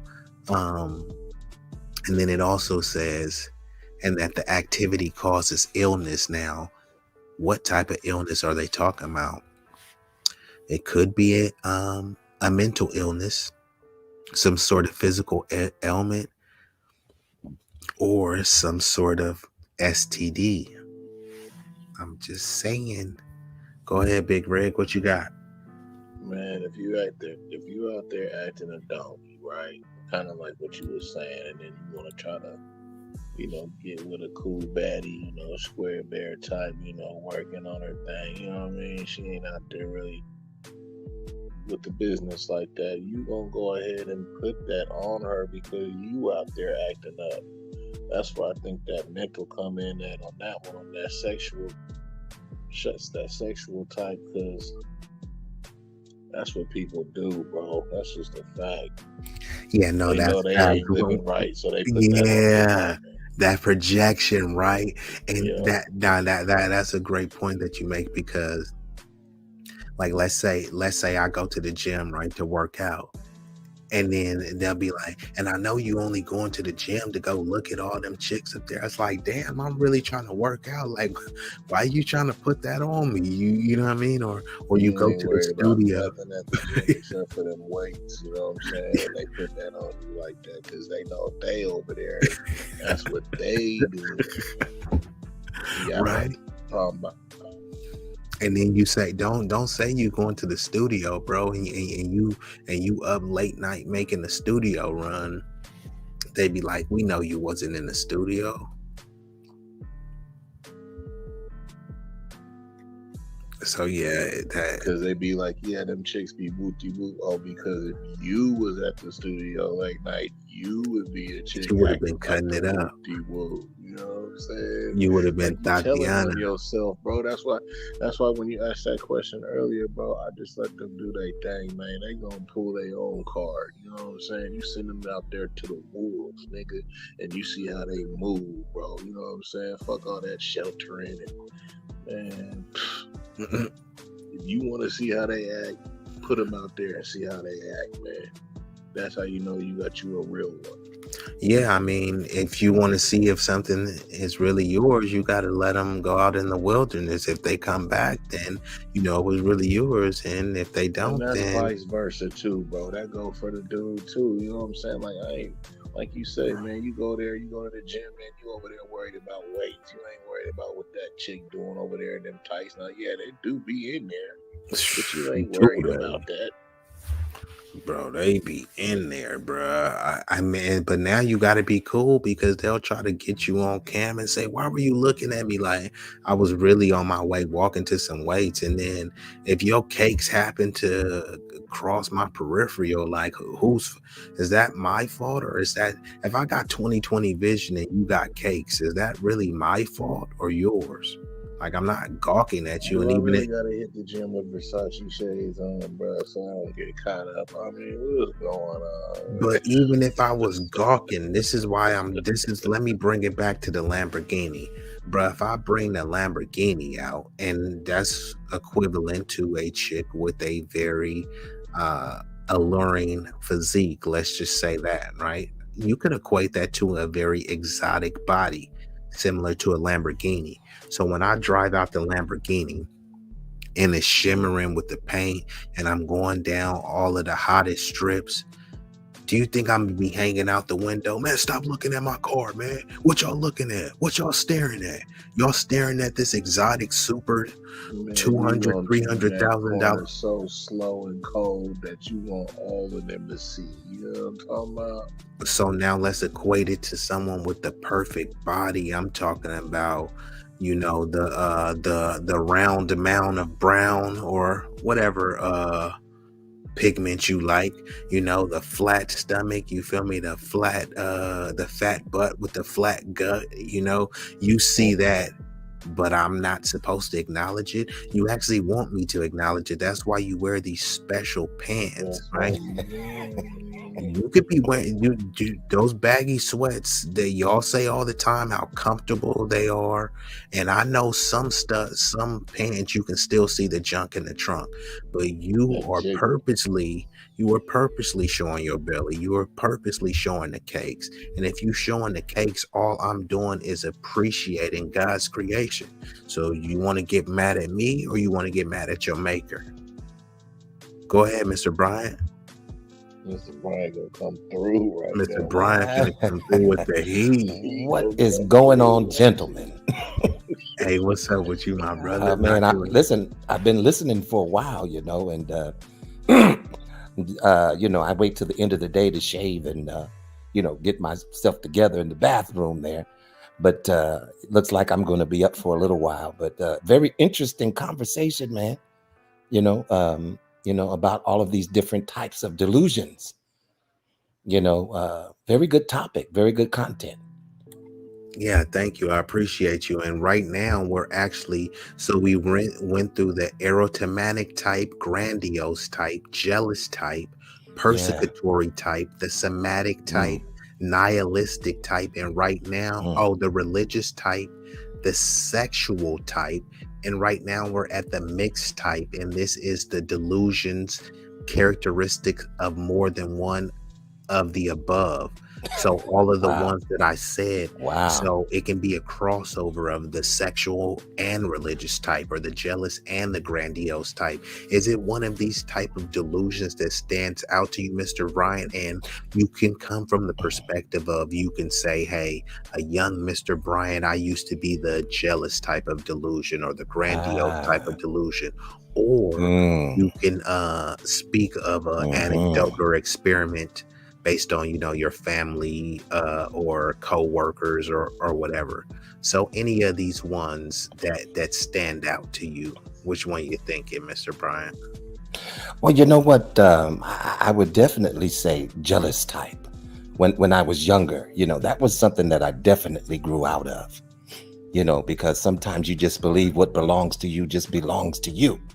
No one else should look at it. No one else should touch it. No one else should bother it. And in relationships, that was a problem for me, because there was a certain amount of distrust, of course, jealousy and distrust, they both kind of coincide with each other. Correct. It's like they in the same family. Exactly. And so you could be led to believe that an individual is doing something that they really aren't doing. See what I'm saying? Correct. You can be so delusional, as to you're not even recognizing what you're doing. And that's why they actually said, and that's why they said it's actually a clinical disorder. Now, I don't think people should be going around and just pointing fingers and diagnosing people, but people could do the research themselves and see like, hey, maybe I have had this symptom or this specific instance has happened to me. So all of these that are listed is a delusional disorder. And I think that we all, when we are suffering or when we're committing acts of jealousy, it is just in most times a natural reaction. But when you are very persistent with those thoughts, I don't think that people realize that you are processing and dealing with a delusional disorder, right? Because it wasn't just a one-off, right? You're consistently thinking about these thoughts. You're consistently jealous. And what I was saying is that these delusions are gateway delusions, because the delusion starts at jealousy, right? And then the jealousy will kind of manifest some fear, right? And then the fear will turn into rage, and that rage will turn into maybe someone doing some sort of violent act at a school or at a mall or a public place. And then there's also a obsessive spirit that goes along with that. Spirit of jealousy. What? Oh, I'm glad that you said that. Is my microphone too loud? I'm not sure. I can't tell. Can you hear me? You all good. And Jay Takashi, it says your device is not connected. So if you want to work that out, then I can bring you up. I still want you to cook, but there's something called Othello syndrome. Have you ever heard of that? It sounds familiar.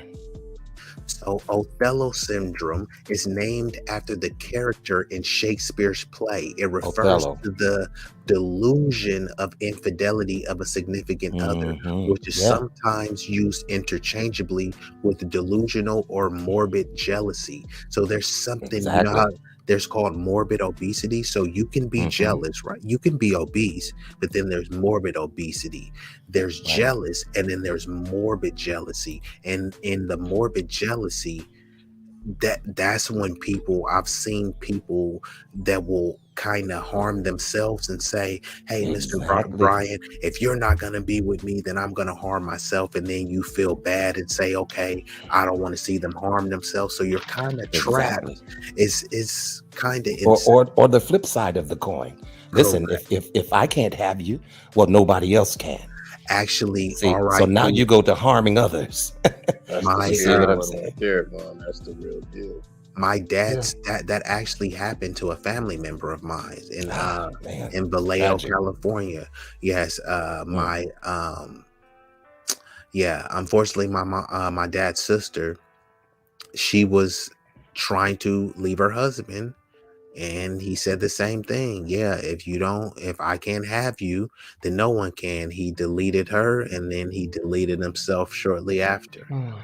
So this is, man, it's like real life. Very tragic, man. Very tragic. It really is tragic. And that could fall under multiple disorders, the jealous type and the persecutory type too, because when people are trying to persecute you, they're essentially are trying to punish you. They're trying to be the judge, jury, and executioner, and they get to choose what the punishment is. And sometimes they'll assassinate your character by making a Me Too allegation. Sometimes they will call their baby daddy or their cousin Tyrone to come jump on you there's different forms of persecution, and all of these stem from having deluded thoughts. You don't just wake up with these thoughts. This is a delusional disorder, and this is not me coming up with this. These are clinical professionals that have come up with this. So I would advise anyone to look up these terms, and you can have a better understanding and a deeper conversation. But Jay Takashi, are you there, bro? I'm all here. Can you hear me? Yeah, I can hear you, bro. Thanks for coming up on a late night. How much of the stream have you been paying attention to? Salute to you, Jay. 35 minutes, man. I had to leave another one. Trust me, I went to sleep. I went to sleep super early. You look tired, man. But I just got up. He just woke up, so he's ready to go. He's ready to go. Yeah, I've been up for like 2 hours, but I got to work earlier. It's cool. It's cool. Yeah, you still have some eye boogers. That's what I was like, bro. I shouldn't. I took a shower. I'm totally joking with you, man. You looking refreshed and ready to go, man. But another one that sticks out to me too is, of course, it's very obvious. The religious type of delusions. That delusion of having special religious powers. I gotta ask you, Vouaghn Bryant. I was thinking about that, Vaughn. Yeah, as if you can just like wiggle your nose like Samantha on Bewitched, and things start to occur and happen. Right. That's not how God operates. Shout out to Bewitched, my man. Love that show. That's an old one. Shout out. That was. Yeah, I think that wasn't that one black and white. Well, it was in black and white originally, and then it became in color. Yeah, but that whole, hold on, Mr. Brian. I gotta ask you this, and then you can pick up. Have you actually seen? Because I alluded to the point earlier, but they used to have these programs on TV where somebody's back would be broken, and then they would spray some, Arrowhead or Crystal Geyser water on them, and then suddenly they'll be able to start walking again, or people will be blind.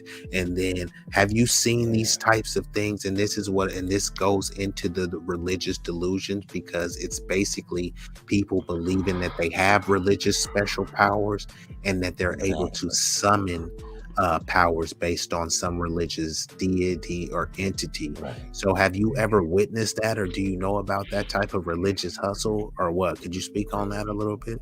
Oh, definitely. I believe I've seen it all. You know what I'm saying?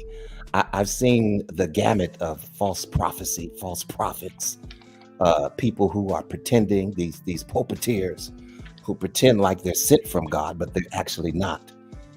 Even Jesus said that we would do greater things, even the things that he did with laying hands and healing people. He said that we would end up doing greater things, but it's become like a show now. You see what I'm saying? We're trying to trick people into it, into the belief or into the faith. And that's just totally unnecessary to me. You know what I'm saying? Definitely, I've seen it. These prophets that get up and say, well, you know what, brother B-Eazy, do you have any beans in your cabinet? And then you'll shake your head. Yes, sir. I have beans at home. Well, I want you, when you get home, to take out 3 of those beans, and I want you to separate them, 3 inches apart each. But I want you to set them in the corner, the right corner side of your bedroom. Leave them there for 3 days. See what I'm saying? Now, on the 3rd day, I want you to soak those in water for 3 hours. And God said he's going to bless you. See, come on. All of that is trickery, and I've actually heard people do these type of things in church. You see what I'm saying? It's false prophecy. Hold on, Vaughn. Before I go to Jay, I actually got another question for you based on what you just said. In that scenario, who is more delusional? Is the person that's saying, hey, I have these powers, and let me show you how much of a prophet I am? Because as much as these dudes are fake prophets, if you fake it to make it long enough, you start to believe whatever you are. A lot of them actually do believe that they're prophets. But in those scenarios, who do you think is more delusional? The false prophet, or the people that are basically submitting to the false prophet and believing it based on, you know, maybe their faith and unwavering devotion?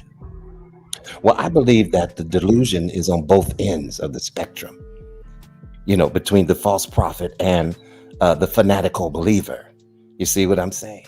You know, listen, God didn't give us the spirit of fear, but of love and of power and of a sound mind. Come on now. You see what I'm saying? He's not going to have you doing things outside of your mind like that. You see? And so when we get caught up with some of these faith healers, you know, and we decide to, you know, negate our family life and negate our bills, you know, by giving the majority of our finances to that particular organization. See what I'm saying? And now you're lacking even in your own home. You know, charity begins at home, not at your local church. You see what I'm saying? Take care of your house first. But we have become so fanatical and in following people, you know, like the Bible talks about, you know, the people will have itching ears. You know, they would rather believe a lie. They would lean more toward a lie than they would the truth. You see what I'm saying? So it's fanatical. It's that fanatical spirit, fanatical. You know, when you look at that word, you know, it means out of control. You see what I'm saying? When God's spirit is leading and guiding you, the spirit of God is very much in control. It's not out of order. It does everything decently and in order. You see what I'm saying?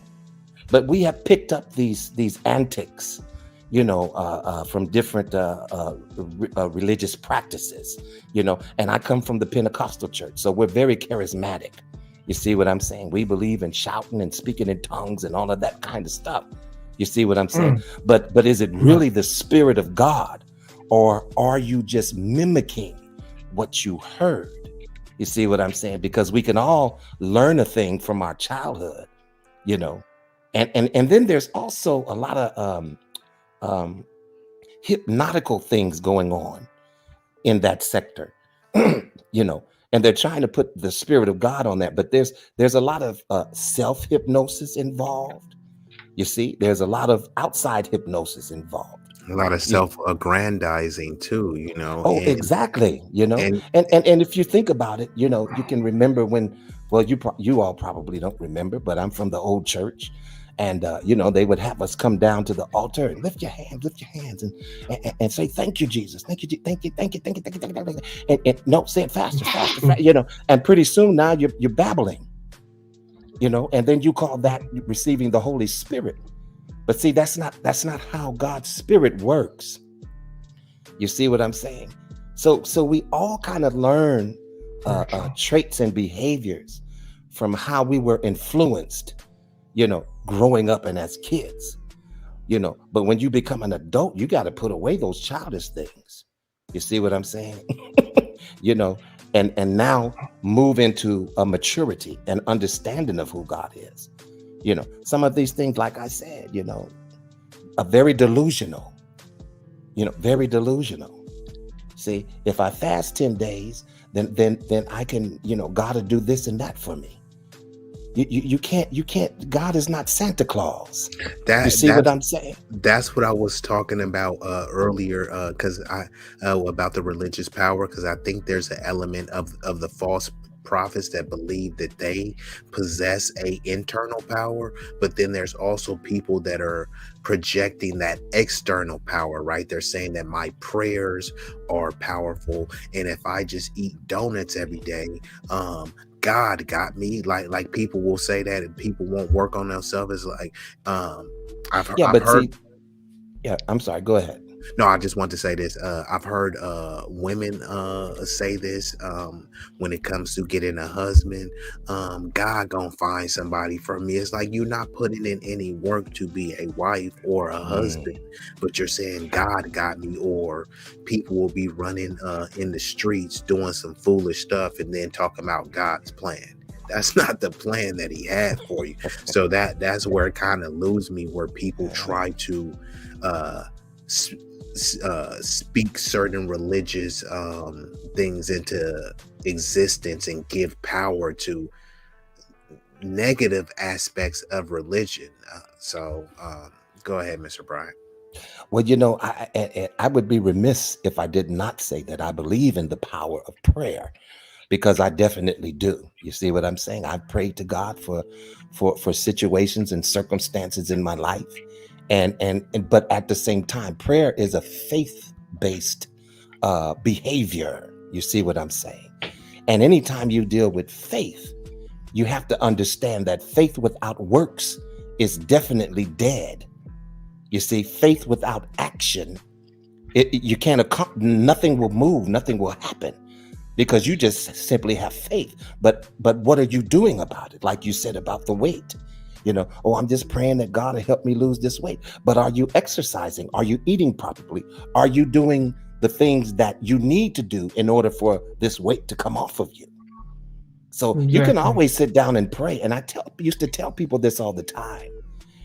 Okay, so you can pray all you want, but what are you going to do after you pray? That's the part right there. I can pray for an hour, but absolutely, what am I going to do after I finish praying? Yeah. Am I supposed Vaughn, to I want to here? add to something. Sure, go ahead. Well, because we're talking about religious, type of like delusion in a sense, where like not your faith, but where you start to think things like this. So, for example, this is around 2010 that I heard about this story, and I want y'all to hear this because this provides to a man of faith in his family. So basically, because like it was off the First 48, and they had and they just you know what that show is. They cover homicides and things like that. So this particular family, apparently the man had lost his job, and the religious family and sorts, and as a testament to their faith, he just said, God will provide nourishment for us. They didn't leave the house. They didn't go out to get it. He didn't go out to get a job. They just sat there, and they all died from starvation, malnutrition, and the thing is, but there was a note all there. It was all written there. The father, the wife, all of them. He didn't kill any of them. They all just killed themselves. Pardon my French, self-delete. But like I said, apparently he had lost his job, and his wife whatsoever, and he said like just God will provide nourishment for us without any work towards what he was trying to do, and he just believed that they would magically get it, and they just rolled over and passed away. And I was like, yeah, that's what the hell. Wow. When I heard that, I was like, okay, dude, I think that's when I was like, okay, just I think it was I don't know if I was a former Christian at this time, but I remember hearing that. I'm like, okay, that just ain't right, because it doesn't make sense why you would take it that far. Man, and yeah, and they were Christian, I'm thinking, so yeah. I mean, and when it comes to delusional religious type of things, look at Jim Jones and what happened there. You see what I'm saying? Yeah. This is because the people had become delusional following this particular leader. You see what I'm saying? And what did he do? He led them on to their demise. Yep. You see what I'm saying? He rallied. You got to be very careful. I believe that delusion is definitely one of the enemy's most cherished weapons. Because if he can just get you to see it other than what it really is, then he can detour you off track as to what you really need to see. In other words, that delusion it's like a blindness that's going on. You can't see what's true. You can't see everything is distorted. Correct. And not only that, not wrong. Yeah. Yeah, it's just almost like when you two of y'all are yelling, from afar, you can't really tell, who is the aggressor, who is the idiot, who is the smart one. Y'all both yelling from afar. So once you start engaging in different forms of delusion, right? You start to become a distorted view of reality. a distorted view of how you approach people. It's just like if you're a thief. The issue with thieves is they think that everyone else is a thief too, right? So oh man, I can't leave my wallet around Vouaghn Bryant.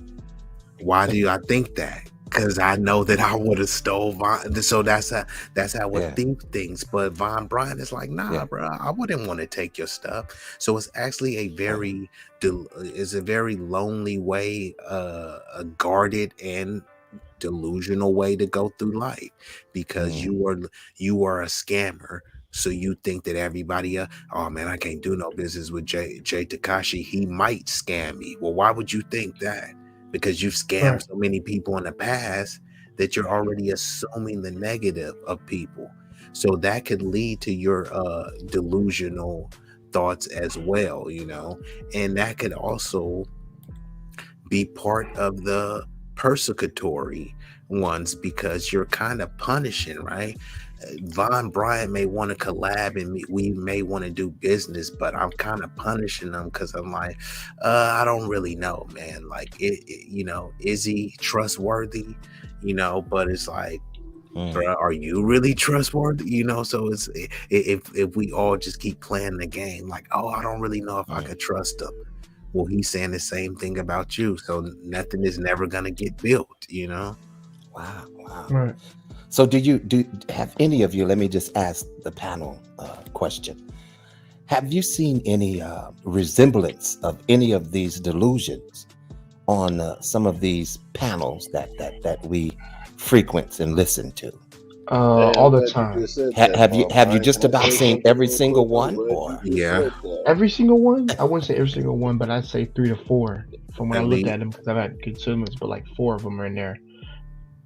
Nihilistic personality, I've seen that one. That one for sure. I seen that with the MGTOW, SYSBM, passport. The jealous type, persecutory type. Yeah, the grandiose type too, when everyone is high value. Shout out to the to my people that are truly high value in but a lot of cats are kind of inflating themselves. A lot of cats are saying, I know this person, I know that person. Like, well, why they won't put you on a song, or why they won't put you on the stream? You caper for them, but they ain't caper for you. I have seen the aerotomatic type, where I've seen people fall in love with YouTube personalities, people that they never met. I've seen people that are wanting to fight people. I've seen people that get cussed out and be cool. It never happened, like delusional shit. Bruh, I've seen people. Yo, listen, it's everywhere. It's crazy, right? It's crazy. Seriously. I just think there are streams on every end of the spectrum. Like, for example, one of our passport bros is finally getting married, and I told him, and I'm like, congratulations, man. I'm glad you got a W. And I told him, that's a W. Hey, because they saying your boy Austin Holloman, he trying to denounce the passport bros now. Well, yeah, because he got himself his wife. So he was like, yo, what are you guys talking about? I just came here to get my wife and whatever. But I always tell this easy, because the group of dudes that I know are educated, and they just want to, just be married to a woman and live a life of peace and not going around smashing and shit. That's what passport represents to us. Exploring your options once you've done that. I don't advocate for the motherfuckers that go out there to smash. I'm like, if you're gonna do that, then do that here. Yeah. Or how about this? Smash the ground. You can smash the ground. We don't need more big ones. Exactly, bro. So let me correct myself. Right there, smash the ground. I'm so glad you said that shit. Like, seriously, I ain't gonna let you. Trust me, those countries ain't gonna let you f them up, because they serious on that. So that's why I said. To be honest, that's actually why Austin got caught up, because he was getting like too cocky. Them other cats do not play that, bro. Speaking of delusion. You want to talk about jealous type? They are not only jealous, but they are also very protective. They are saying, look, bro, first of all, most of those countries are already anti-black. So you're going to give them even more of a reason, like, yeah, man, we smashing your chick. And people don't realize that how much of an insult that people take that. And what do people always do, right? If somebody wants to make a insult, yeah, man, that's why I effed your mama. Yeah, man, that's why I F your girl, right? What do they go straight to? They say that they did some sexual Sound like stuff. a Tupac verse. But that's Yeah. what people go to. So when you go to someone else's country, and it doesn't matter how polite you are, if you saying, yeah, bro, I'm out here smashing women, like, oh, really? Are you? Let me pull up on you and show you how we really rock. And imagine if in Korea, I can guarantee you that ain't gonna fly. it ain't gonna fly. But let's just keep it in the States, bruh. I grew up in the Bay, bruh, and this is how it was in any spot. So whatever high school I went to, if I try to go to these other high schools and start hollering at these other chicks there, yeah, I could get the chicks, but I'm gonna have to tussle with a couple dudes because it's territorial stuff, bruh. You wasn't just able to come. If I was going to school in Pittsburgh and I go to try to go holler at the Oakland chicks, you pretty much had to fight, bruh. Not just fight for the girls, fight for, like, bro, what are you even doing here?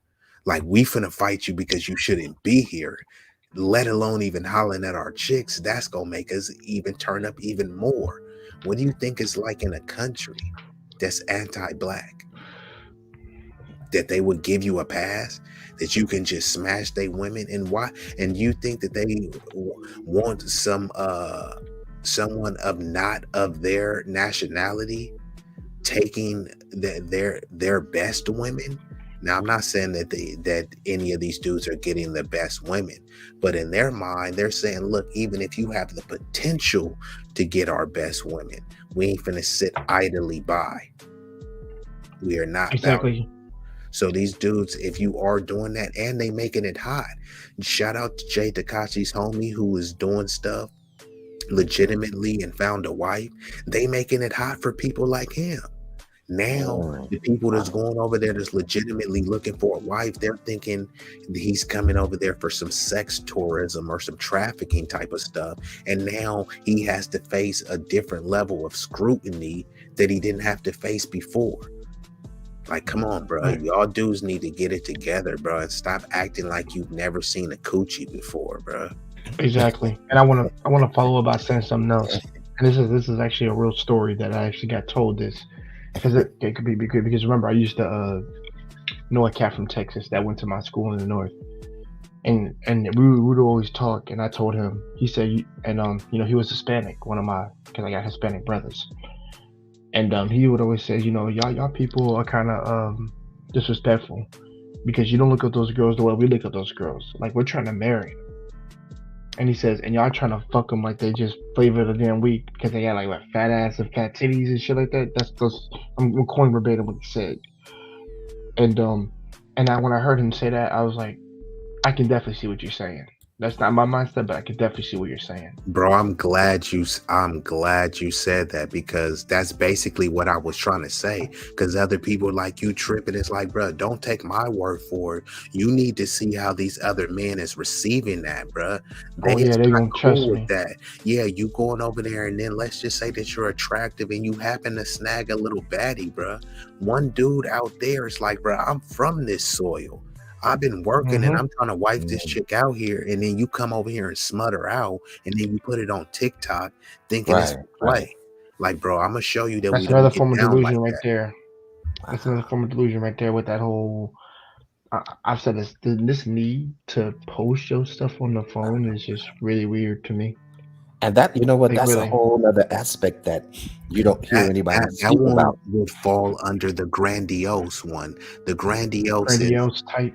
Inflated self-worth of power, knowledge, identity, or special relationship to a deity or a famous person, and people are always trying to boost their identity. They lying about how much they make.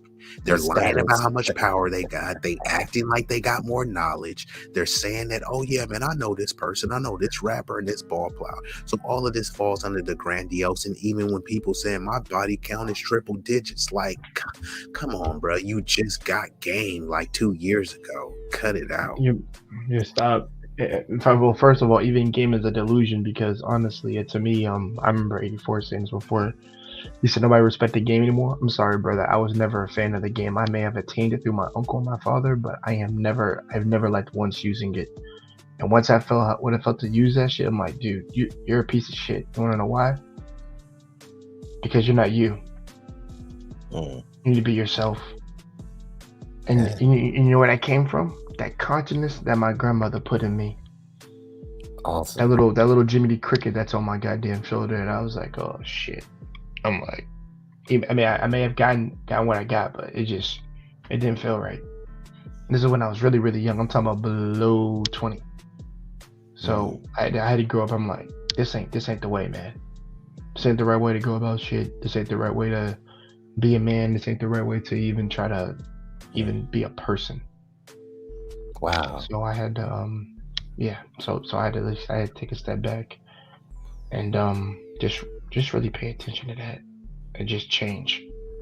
And once I did the change, I'm like, Jay, you're a much more likable person now. You're much more likable now. It's just like game to me is lying about what you actually have and things like that. And and not being yourself, because I always say yourself may not be enough. You need to be the best version of yourself, which I think is preached a lot, but it needs to be put in practice. And I think the best way to talk to, I'm not trying to diverge into a woman talk, but I'm saying the best way to talk to another person is through the character you've built yourself upon, and then hear them out, and then you hear what they're saying, they hear what you're saying.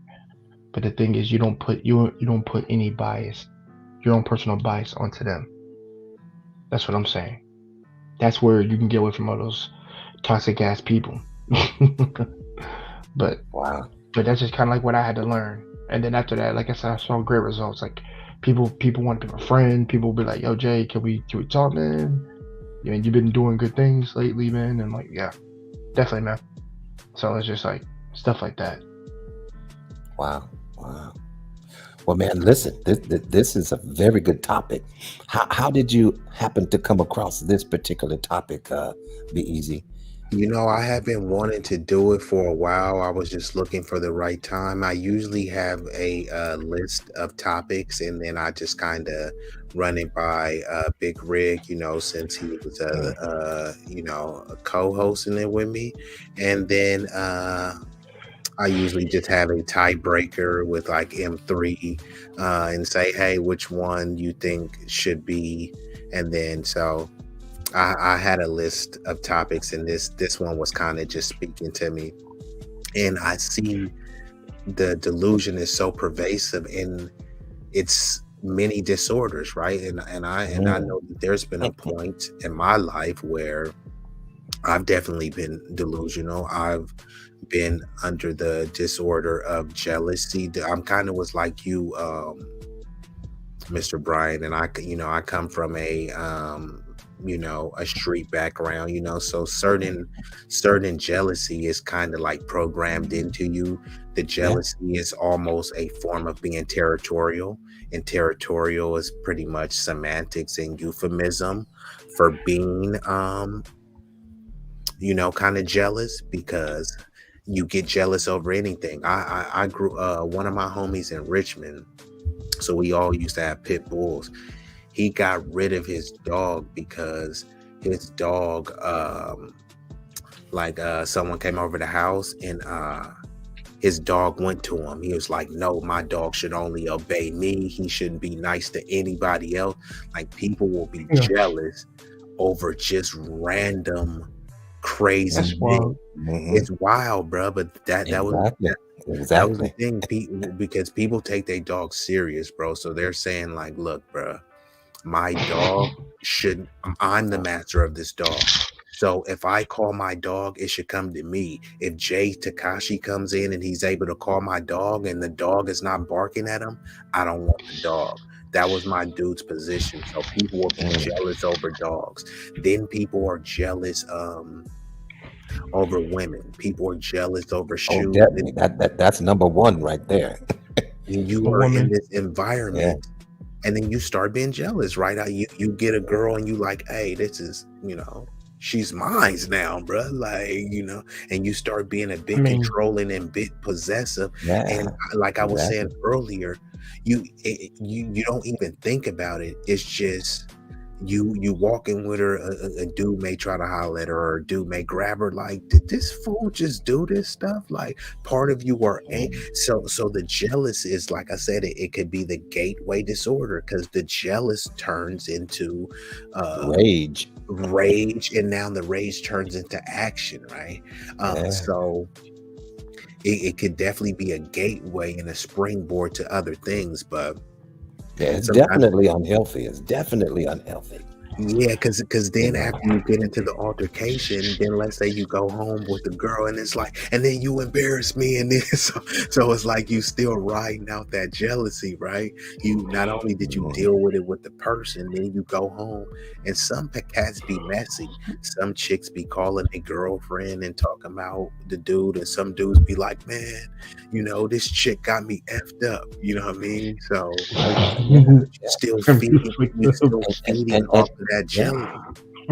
And there's two things that basically feed jealousy. You see what I'm saying? Especially when it becomes between a man and a woman. There's two things that fuels that jealousy. And one is fear, and another one is distrust. You see what I'm saying? There's no trust there. That's why the jealousy can fester. You see what I'm saying? Fear causes it to become delusional. You see what I'm saying? Oh, now she's over there. Now she could have just been going to pick up some eggs. Yeah. You see what I'm saying? But no, you didn't go to pick up no eggs. I know how long it took you to go down to the market and come back. No, you stopped somewhere. See what I'm saying? We get caught up in all of this fear. Fear of what? Fear of losing the individual. Fear that the individual, someone else will come and take them. And also fears of inadequacy, right? When you think like, man, her last ex was tall, and then you just start saying, it's like, bruh, she's with you. If she wanted another tall dude, she could have got, and then you start implanting these negative thoughts in your head, and they just continue to fester. So you're right. And then fear, and then this is another one. Then the fear goes into you fear that she's maybe doing the very thing that you are already doing. See what I'm saying? Correct. And that's what you're so caught up now. You're doing your own thing. And so now you want to be very, give all these accusations to her. See, because since you're already dipping and tipping, see what I'm saying? You project that onto her. No, I know you're doing something. The reason is because I'm doing something. Correct. So there's no possible way that you can be doing anything. And it's also like that is. Correct. It's also like I was saying earlier with the thief, right? The thief is always stealing and scamming from everyone. So there's no possible way that Vouaghn Bryant is not a scammer, because I'm that way, That's right. So everybody's a thief. Correct. Or at least have the potential. Yeah. Mr. Best, you there? I want to get you to chime in before we start to wrap it up. Yes, sir. I'm here. I mean, what you smacking on? Some cereal? Honey Nut Cheerios? My post-workout meal, some kettle chips. You know what I mean? Okay. What kind? Jalapeno? No. The jalapeno ones, they all right. But I like Don't disrespect the jalapeno, Brody. Don't tell me you got that sea salt and vinegar. The salt and vinegar. I like the sour cream and onion. I like the honey Dijon. You know what I mean? The backyard barbecue. You know what I mean? I know what's the name of the brand that makes the kettle chips. So I don't know the name off the top of my head. I don't know the name off the top. Hold on, let me try to see if I can find it.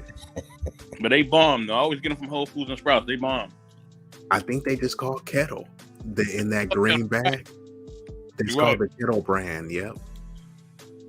Back when I was unhealthy, I used to eat the Hawaiian chips. I don't know if you know about the Hawaiian chips. Oh, bruh, them Hawaiian ones is fire. It's like the don't they got like a little sweet and sour type Maui one, and they got some onion rings too. Them Hawaiian ones is fire, bro. They not good for you though. They bad. Oh damn! Really good thing I ain't had none in a while. Yeah, I stay away from them. They really high salt and sugar, but okay. yeah, I'll say this. Look, when I speak on the game, just replying to what Jay Takashi said. When I speak on the game, or I speak on like how men just want their way with women, or how women want their way with men, I'm just speaking on basic human nature, right? I'm not speaking on moral ethics and values. I'm just saying basic human nature. Our basic human nature is to want to be with the opposite sex, and if you can be with multiple people of the opposite sex, you would be. You know what I'm saying? You would be. Anybody would. Women would. You know what I'm saying? It's just that morally, we've been taught certain things, so we move a certain way. You know what I'm saying? Yeah. But it's in our nature. If we see somebody of the opposite sex, if we, since most people are attracted to the opposite sex. I'm not speaking about the other community, right? I'm not speaking about y'all at all. Salute to MC Nemesis. But whatever you're attracted to, right? When you see it, you're gonna be attracted. You know what I mean? And for those who are attracted to the opposite sex, like you see them, you're gonna be attracted. I don't care if you've been with your woman forever. I don't care if you just met her, whatever. Like, you're gonna be attracted to the opposite sex. I don't care if you're foreign or domestic. And plus, like, I know for me, I don't put myself in situations where I know that I'm going to want to do something with another woman. So I wouldn't travel overseas because not by myself, because I know that I'm gonna be tempted, right? So I'm not going over there. You ain't gonna catch me in no Venezuela just looking at the mountains and stuff. Like, I'm not just looking at no damn mountains. I'm just gonna be honest with you. I'm looking at some tail. You know what I mean? So I'm not gonna go to Miami or any of these exotic places by myself because I already know what kind of person I am. Yeah, it's a dangerous. Hey. And I say 84, LA too. Throwing LA in there. Yeah, I throw all that in there.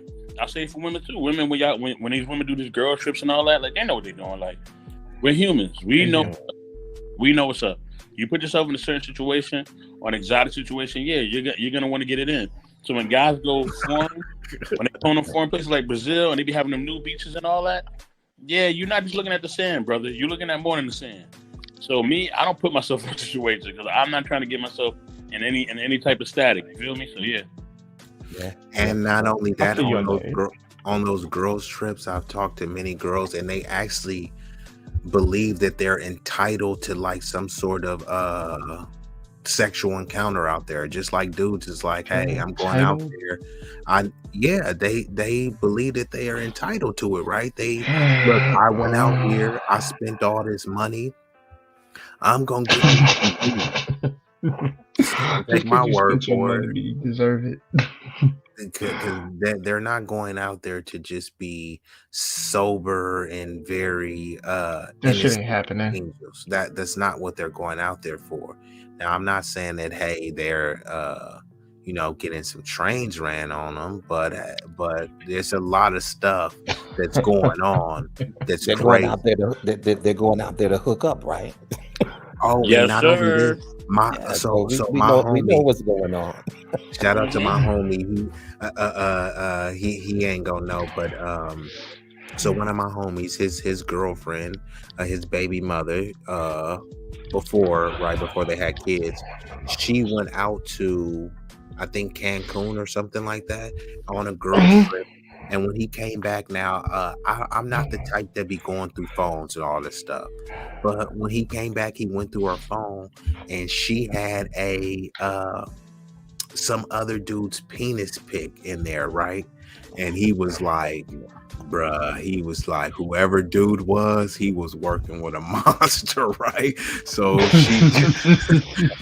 she had some Mandingo Zulu warriors dude that's like packing a ruler, and then he's like, well, why do you still got this? And then she told him, her friend's phone died, so she had to use her phone, and she took a picture, but she was like, so I want to set this up, and then y'all I don't know about that one now. That she said her friend's phone died, and that's why she let her use the phone. And I think she said something like she forgot it was in there. But not only that, she's like, it's just a picture. Why are you tripping off of it? Yeah. I didn't do anything, and literally it was my friend. So, and he said, okay, let's even say if it was your friend, why didn't you send it to, once her phone got charged, why didn't you send it to her and delete it? So she kept it in there, and yeah, so that's what I'm saying. That's some shady business right there. Yeah, he was mad at her about it, and he was like, call it. So when you play those games, B-Eazy, right? Like, and I'm not condoning hitting men or women, right? But yo, when you play those games, somebody gonna get the fire smacked out of them. Like, you know that. Just like No, that's what we were talking about earlier, right? No, that's kind of where he was going with it, and now I was trying to tell him not It to ain't do worth that. it. It ain't worth it. Because he did have that. Let's just say he had some bad luck with women, because he did have slapped some fire out of this chick before, but she also he played her out of some money. She had her brothers rob him. They got back together. He smacked her up. She sent him to jail, and then he was like, the B word. You sent me to jail, and then once he got out of jail, she took him back, and it was just like a toxic love story. What's that? What's that love after lockup? Yeah, man. That sounds like an episode of Cold and Windy. You know what women? Yo, B-Eazy, bro. You gotta email me that story, bro. That's crazy. Yeah, bro. Yeah. I was just trying to keep it I'll give the details, but I will never give my brother my brother's name. No. But it's a learning. Keep his name secret. You can tell me the story. You just don't. You have to mention his name. But women will go extreme. They're trying to like Lorena Bobby. Women try to Lorena Bobby you, or they try to get that Kai Stag skillet. Bobby, God. I mean, they try to get that skillet upside your head, or they try. They go way out. Throw some hot grease on you, or they go way out, man. Yeah, that's Tyler Perry. Yeah, they throw grits, anything hot. High grits. Oh, you ain't gonna agree. That's how that Tyler Perry movie. And they hot. They real hot. Jay Tekashi been on his Tyler Perry. But you know what? I've always been a one woman man. I never did do the player role. You know what I'm saying? Like, I'm a player. Why, from the Himalaya. Mr. Brian, why wasn't that lifestyle for you? Well, you know what? It was basically because of the way I was raised. You see what I'm saying? And taught about relationships and different things like that. You know what I'm saying? I believe the church played a great part in it. Now, not to say, gentlemen, that I didn't have some periods where I was very promiscuous now. See what I'm saying? But I didn't. Brian, you was for the streets at one point. Yeah, I was all up in them. All up in the club and all over the. Oh, you did tell me about the wicker chair. When you said the wicker chair, I was like, Vouaghn Bryant was getting down. He had the Rick James leotard on. Yeah, I used to cut up, man. Used to cut up. He was in the Soul Train line with my Newports in my sock. You know what I'm saying? Kept my Newports down in my sock. Ooh, wow. Okay. Yeah, he was out. Mr. Brian, did you have some bell bottoms or Asher wash jeans? No, I didn't do the bells. No, I didn't do the bells. I was gonna say Bell Bryant. They were either straight or a little tapered somehow, but no bells. Didn't do bells. But I learned that lesson growing up as a young man. You see what I'm saying? Because sometimes when you play with a woman's emotion, like they say, that there's nothing worse than a woman that scorned, like R. Kelly said, when a woman's fed up, you got to watch your back, see, because they'll do a whole bunch of stuff to you, so I had to learn some lessons. I definitely learned some lessons. And, so I just preferred to be with one woman because, it was much easier for me. Dealing with 2 or 3 different personalities, I had nothing to prove. You know what I'm saying? And then plus, I dated for the purpose of being married. You see what I'm saying? I just didn't date just, wham, bam, thank you, ma'am. I respect that. I respect you for that. Mr. Best, I want you to cook, but I just got to say this real quick. I respect you for that, Mr. Brian, because the way I was growing up, people were respecting you for like how many chicks you were knocking down. So if somebody is like, bro, you smashed 2 chicks, bro, I'm already at my 5th. And it's like, what? And so it's a competition. Correct. Now I'm thinking of ways.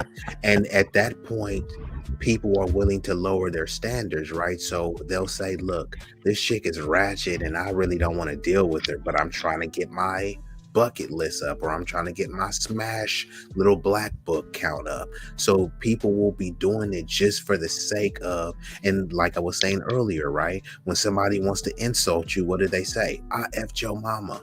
I effed your daughter. I effed your girl, right? They always think of something sexual to go to. So another thing that people will say, shut up, Mr. Bryant, I have more chicks than you. I smashed more chicks than you. You see what I'm saying? And So that somehow makes me inadequate, right? That's what that's supposed to do. And that's also a form of delusion too, because I was just getting ready to say, if I smashed a bunch of ratchet, crab infested Tatianas and Mr. Bryant is with one solid chick, how am I any better? Oh, because I smashed some baddies and some well-known dots in the street, but he stayed with a virtuous woman. But because he was only with one woman, he's a square and he can't talk about this game. Like, and the other part too is that when I went to the bathroom, I didn't burn. See. When you went to the bathroom, you had a little burning sensation. See what I'm saying? Because you're with this, that, and the other, right? I'm gonna just keep it real, bro. Now, Like, wait, gentlemen, not to say that I've never been burnt before. No. I know, bro. Hold on a second, Jay. Hold on. My thing is this, like, and that's why we gotta educate our men and women, man. Educate them. Sex ed. Speak on it, then, Mr. Bass. Sex ed is a real thing, okay? Yes, it is, sir. Know where your local CVS and Walgreens and your local intimacy store is at, all right? If you don't know where that, and listen, know where that free clinic is. That too. Ask your friend if saying? you don't know where the 24-hour spot is at, all right? Yeah, because if you're burning when you go to the restroom now, hold on, watch out. You know, and sometimes, if I could be a little frank, you know, sometimes you know it's wrong as soon as you went in there. You're just like, my God, well, I'm here now, so I might as well see what I'm saying. If you smell that odor, bro, then it's like, and I'm not even gonna lie, because and that extra temperature, you know, the heat is on. You know, as soon as you get in there, it's extra. You know, like the thermostat is on or something. So. What's up, Creative Solutions? No, because this is the thing too. Like, if anybody has worked out, you know, once let's just say, you know, your testicles get a little sweaty and salty, right? So I'm saying, hey, look, I don't want any type of contact, right? Unless I could shower. I've had chicks saying, no, it's okay, I don't care. I've had one chick say that, hey, I want to. Literally, she's saying she likes to taste pheromones and doing all this other. I'm like, no. I swear, I'm like, no, don't do that. This was one of the. This was a Becky. Not to say the sisters wouldn't do it, but this was a Becky. Okay. But what I'm saying is, some chicks will know that they straight from the gym or straight from somewhere else and saying, "Come beat it up," and then. You know, dudes pull down and get a whiff of the box. I was gonna say, man, listen. When you can, listen. When you can catch that scent through denim, you know, through jeans. Yeah. You know, it definitely run. Yeah, Mr. Bryant, you're right. Because look, if I do that, you got to do this like foreplay smell test, right? You do like this massage, body rub, and then you be kissing on the stomach, and then you kind of like do like a slick little sniff. If I get anything coming through the jeans, I'm done, bro. Like So let me ask y'all. You know, and as much as I hate to say it, gentlemen, you know, you can always take that finger and just put it grab her by her shoulders and let her get a whiff of that. let her understand that this ain't fresh. That something's wrong. Now I'm gonna sit here and hug you where he gets right up under your nose. You can smell my fingers. See. The finger test? We can't go no further. Listen, we can't go no further now until you tighten that up, because that ain't gonna happen. This is see what I'm saying? Nah, you're right, cause that's my test. So basically, I'll do the little, the little I don't know how slant. we got on this topic, but okay.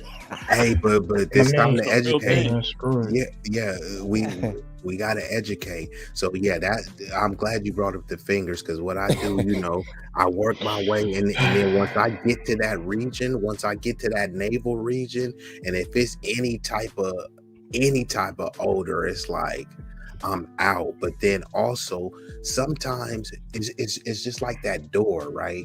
You feel me? You open the door, you don't really smell Don't nothing. go through that door. Yeah, you open the door and then it just hits you strong. So What'd you say, 84? I'm taking some big rigs right now. Don't go through that door like Big Rig is saying. Don't go through the door.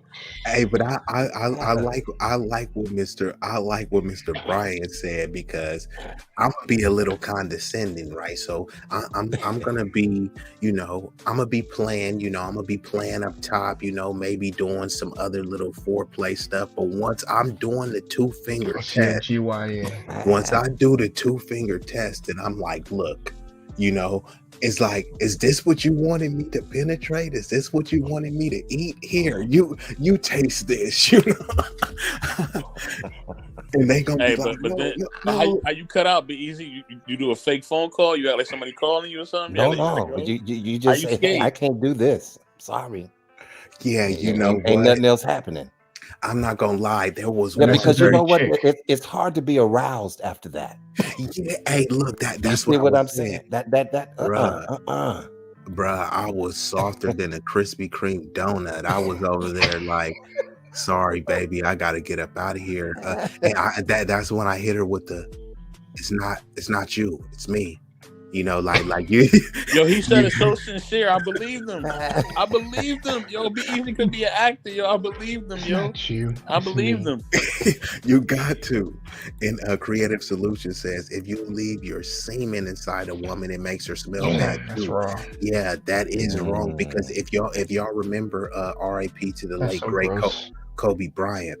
QueBee Bryant had a, let's just call it, entanglement with some dot from Colorado. He was smashing this chick, and she was trying to say, QueBee, you know what they saying? QueBee sexually assaulted me, right? Which he didn't. That was bullshit. Which he didn't. Yeah, I remember that.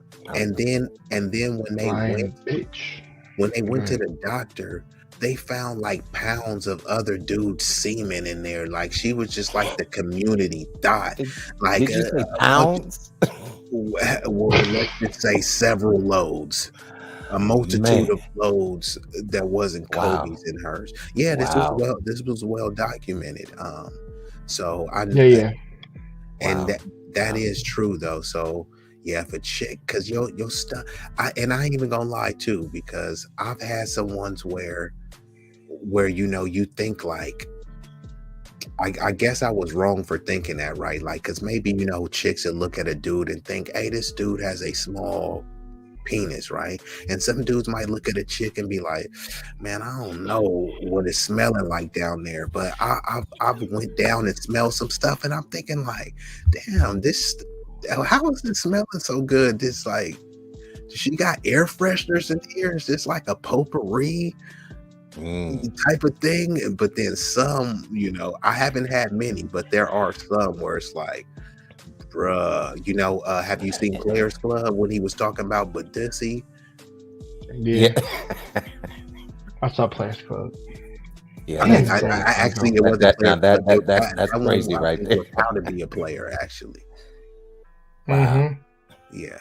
Or did he say it on Players Club? Because I think he was on both movies. I think it was it Players Club or was it How to Be a Player, because he was on both of those. It was one of them. It was one of them, right? And she says, Creative Solution says, a woman can't be sleeping with multiple guys because most guys don't use condoms and it's mixing bacteria.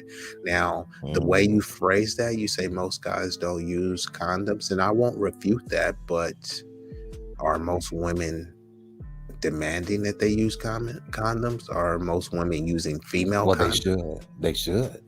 Female condoms. Holy shit. They do, right? They got. I know they exist, but whenever I hear that, this just sounds so weird. Like, why would a it's just so weird. Just like, normally the dude has to carry that shit. Not Yeah. more so the lady, but it's good for the lady to have one on hand. But it just sounds weird when I hear the term female condom. It sounds so weird to me. No, but then there's also a kind of like a tricky thing, right? So let's just say the chick, if you come over her house and you trying to smash and she like, hey, you got a condom? Like, nah, damn, I don't. And she like, it's good. And then she whips out a box of mags. I'm like, Hey man, she's practicing safe sex, so I can't say yeah, shit about it. no, and that's what I'm saying. That's why some people. And then you go ahead and do it anyway, huh? You gotta slide You're in. like, all right. You gotta penetrate. You know. Oh man. But sometimes you do feel some type of way where, and speaking of this too, right? What if a dude can't fit the mag? Then his delusions of jealousy start coming in too, and be like, because I've had a He might go to Brazil to get that surgery. yeah, for real. You know, try to get that cut that limb and try to get some extra dangle time. But I had a friend. More access. Yeah, a friend. She was a Becky, or she is a Becky, and her she has a daughter, a biracial daughter, and she is open to dating of all races, but she said when she's like dating white guys, they always ask her about the black dudes, like how were they, like was he a thug, like did he have like a 12-inch cock? I'm like, bruh, like why they be like asking insecure All stuff. kind of stereotypes. Correct. So she, even though she's open, like once she went black, it's like she really can't go back because they see her for real. A lot of white dudes see her as like kind of like tainted, like, oh, you know, they call them like mud sharks and other stuff like that. It's like, oh, you drunk the black milk, you know what I mean? You drunk the black juice, the black grain. Well, you know what I well mean? listen, in the words of our brother Hink, brother Hink, gentlemen, always protect your seed. Protect your seed now. Don't just be, planting the seed anywhere, because that's just going to give you some problems down the road. Listen, I'll say this, otherwise you'll end up like Magic Johnson. I'm be real. You like 84. I know you're a Lakers fan, but I gotta what come you mean at you'll end up like Magic Johnson as an entrepreneur? Nah, he ain't talking about that. I know he ain't talking about. Oh wow! I thought you were talking about a motivation. I thought you were talking about some money motivation. Protect yourself at all times. At all times. Protect yourself at all times. Magic Johnson. At that time, he said he laid like. He said he cleared like a rack easy. Wow. Yeah, at that time, he every road he well, said, thank God that whatever he did that gave him that longevity, because that news came out decades ago. You see what I'm saying? Hell yeah. And this brother has not missed a beat, so he's in better shape. A lot of people couldn't say that. He worked. Most people that don't have it, he's in better shape then. Wow. And some people are saying that he might be cured, but if there was a cure, it would not be in their best interest to talk about it, because they need to make money off of it. Well, don't they have something now that will make it undetectable? Doesn't mean it's not there though, but it's undetectable. Well, come on, we've all seen all these commercials that come on, and I know what you mean. The guys are hugging by the beach, and they're talking about all this different medication. Yeah, I want to address Creative Solutions. No, he doesn't have AAT, he had HIV, which is more manageable. Yeah, right. That's there. That's two different things. And whatever two different things. AIDS is full blown death. Like, you're going to die. Like, there's a difference between the thing. So yeah, that's why he's alive. But the virus leads to AIDS. Correct. Yeah, or it leads to if you don't take care of it. But right. But if he didn't catch it early, then he probably wouldn't be alive to this day. But he caught it early, and then people got on. I mean, he got up on it, which is crazy, because he should have. I'm not saying she'd be gone by now, but whatever he did, or whoever scientist he talked to, whatever he did, they did something, because he's still alive. So Yeah, exactly. yeah. So they could definitely got something. But she also said, "Would you guys judge a woman for carrying condom?" No, I wouldn't. I think that any no. no. You know, No, I but wouldn't. but, That's but what I wait a was minute. saying earlier. Wait. It depends. Did she pull out a mega box or did she just pull out one or two? Yeah, that does make a difference. But Yeah, but that that might make you look a little different, but nevertheless, you know, many of us in that position would I'm still sliding in. would still go ahead and Exactly. do whatever's necessary. I'll be surfboard. But you know, if you come out with raining on that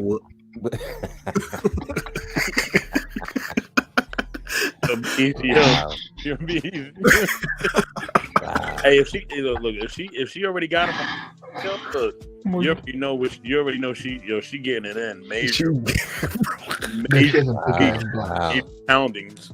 Hold on, Mr. Best. Do you think that's a fair assumption to make, though? Of course, yeah. I think it is.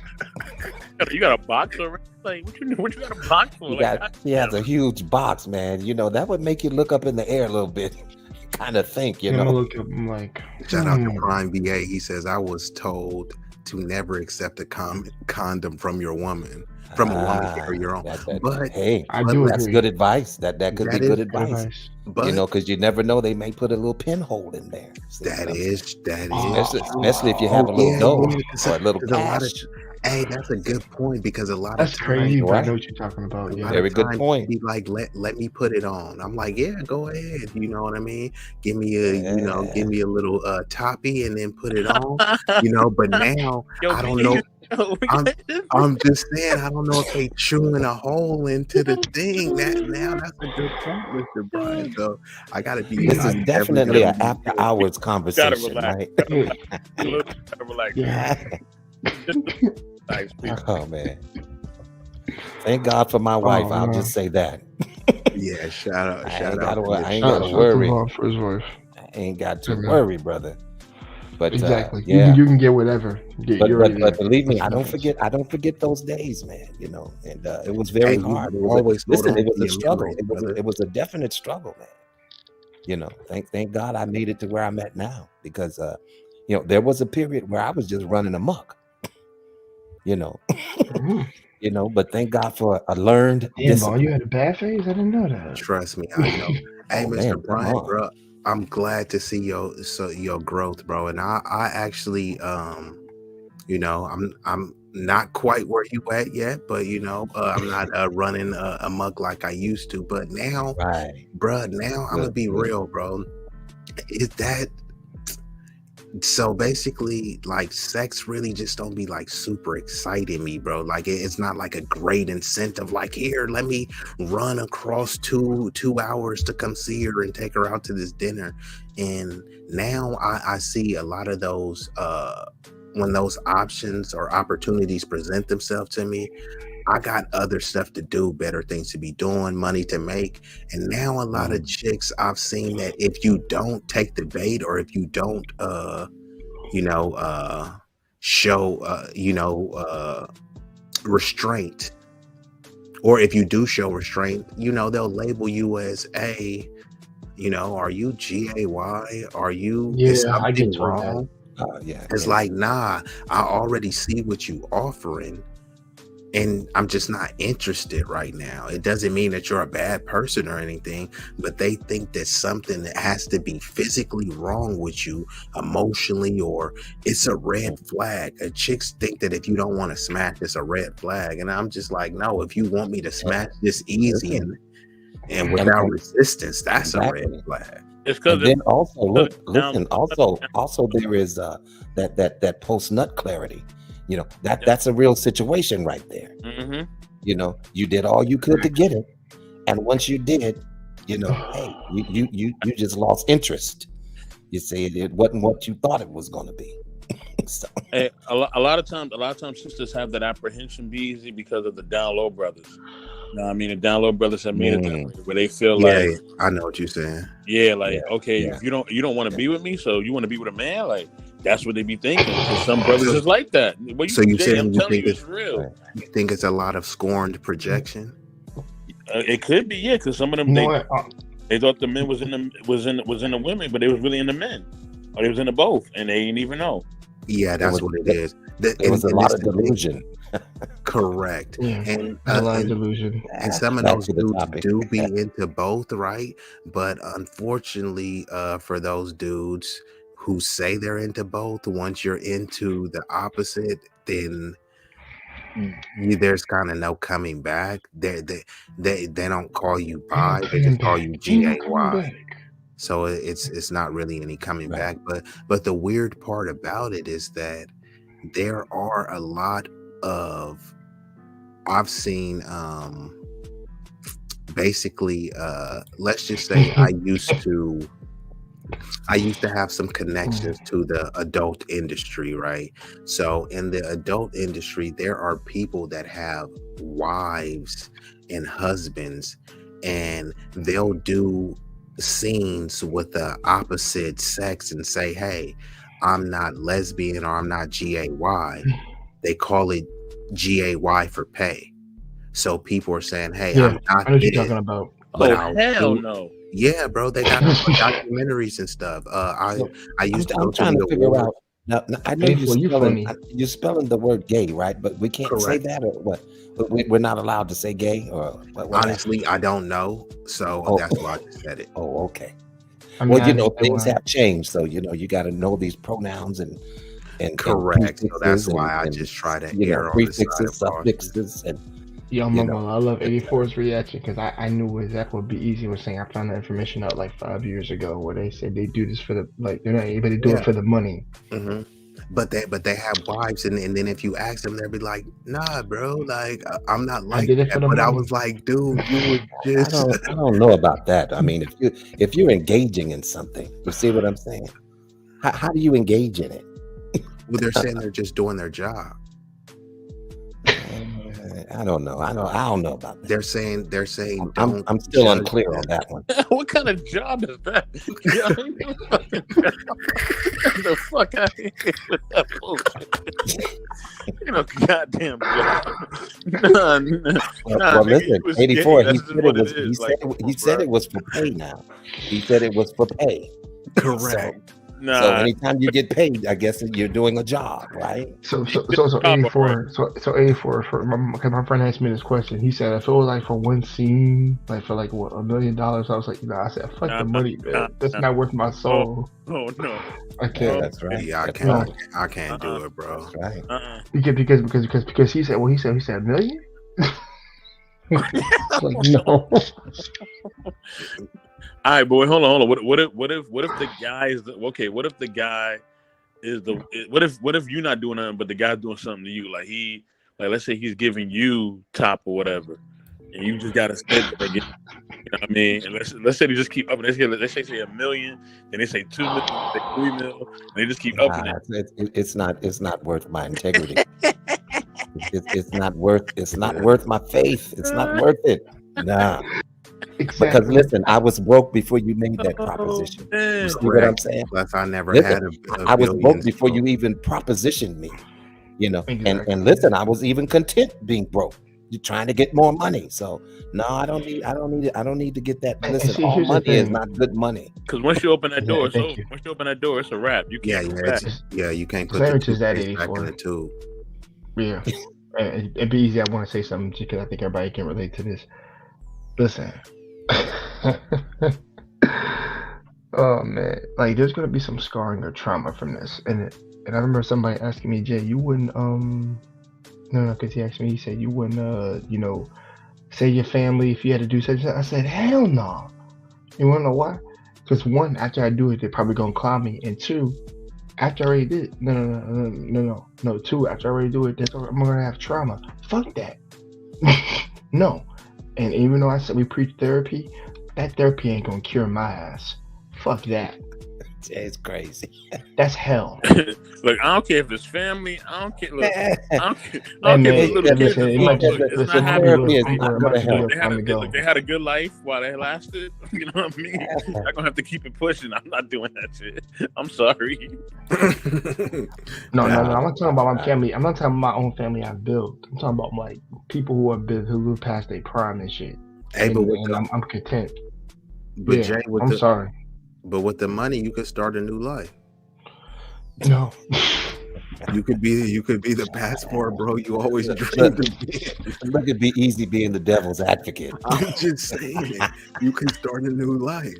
Nobody will know who you is. You could go buy you a little mini island. Bees, if I had a twin brother and he was into that, I'd let that motherfucker do that. Me? No. Actually, I might have to get a face change just so people to be like, aren't you that dude that did this? Oh hell no. Wow. Hell no. Like the dude, be honest, it's not worth your soul. Like what Vaughn said, like I said, there's some scarring for that. Like it doesn't offend me. Yes, it does. The fuck? I'm able to, bro. Without looking, bro, I would have to keep going back to that day until that shit gets out of my brain. It's just terrible, and it won't ever be cured. So I'm like, no. Yeah, no, it's not worth it. It's not worth your life. That's psychological. Well, there's so trauma. many people. There's so many people who are willing to do just about anything for money, and that it's kind of sad, because and that's what I was nobody has telling any you. pride or integrity. That's why they're doing that exclusive OnlyFans? job for money. The strange things for change, Mr. Bryant, because they're saying, hey, I have to make a living, and some actually. They have their wives there on the set watching them do that stuff too. Wow, and then now they got the OnlyFans, right? Correct. I guess people are doing a lot on there. The wife is watching him getting. Okay, that's crazy. Yeah. So there's like the cucks, and then there's like the reverse cuck stuff too. So, but if someone knows, shout out to Stan. But in that swinger lifestyle, this type of stuff is normal. But also, I want to ask y'all too, because see, once you're a dude and you go down that slippery road, there is no bye. It's just only GAY, and there's no coming back. You know what I mean? But they would argue with that. They would definitely argue with that point you're trying to make. They would argue with it because there's many categories. You see, brother, B-Eazy.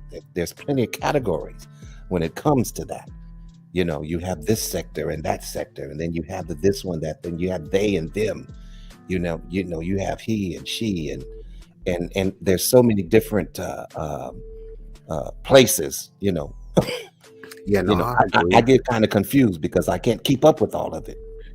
Yeah, no, I agree. There are many different subgroups, but what I'm talking about is how society and how, namely, women are going to see you.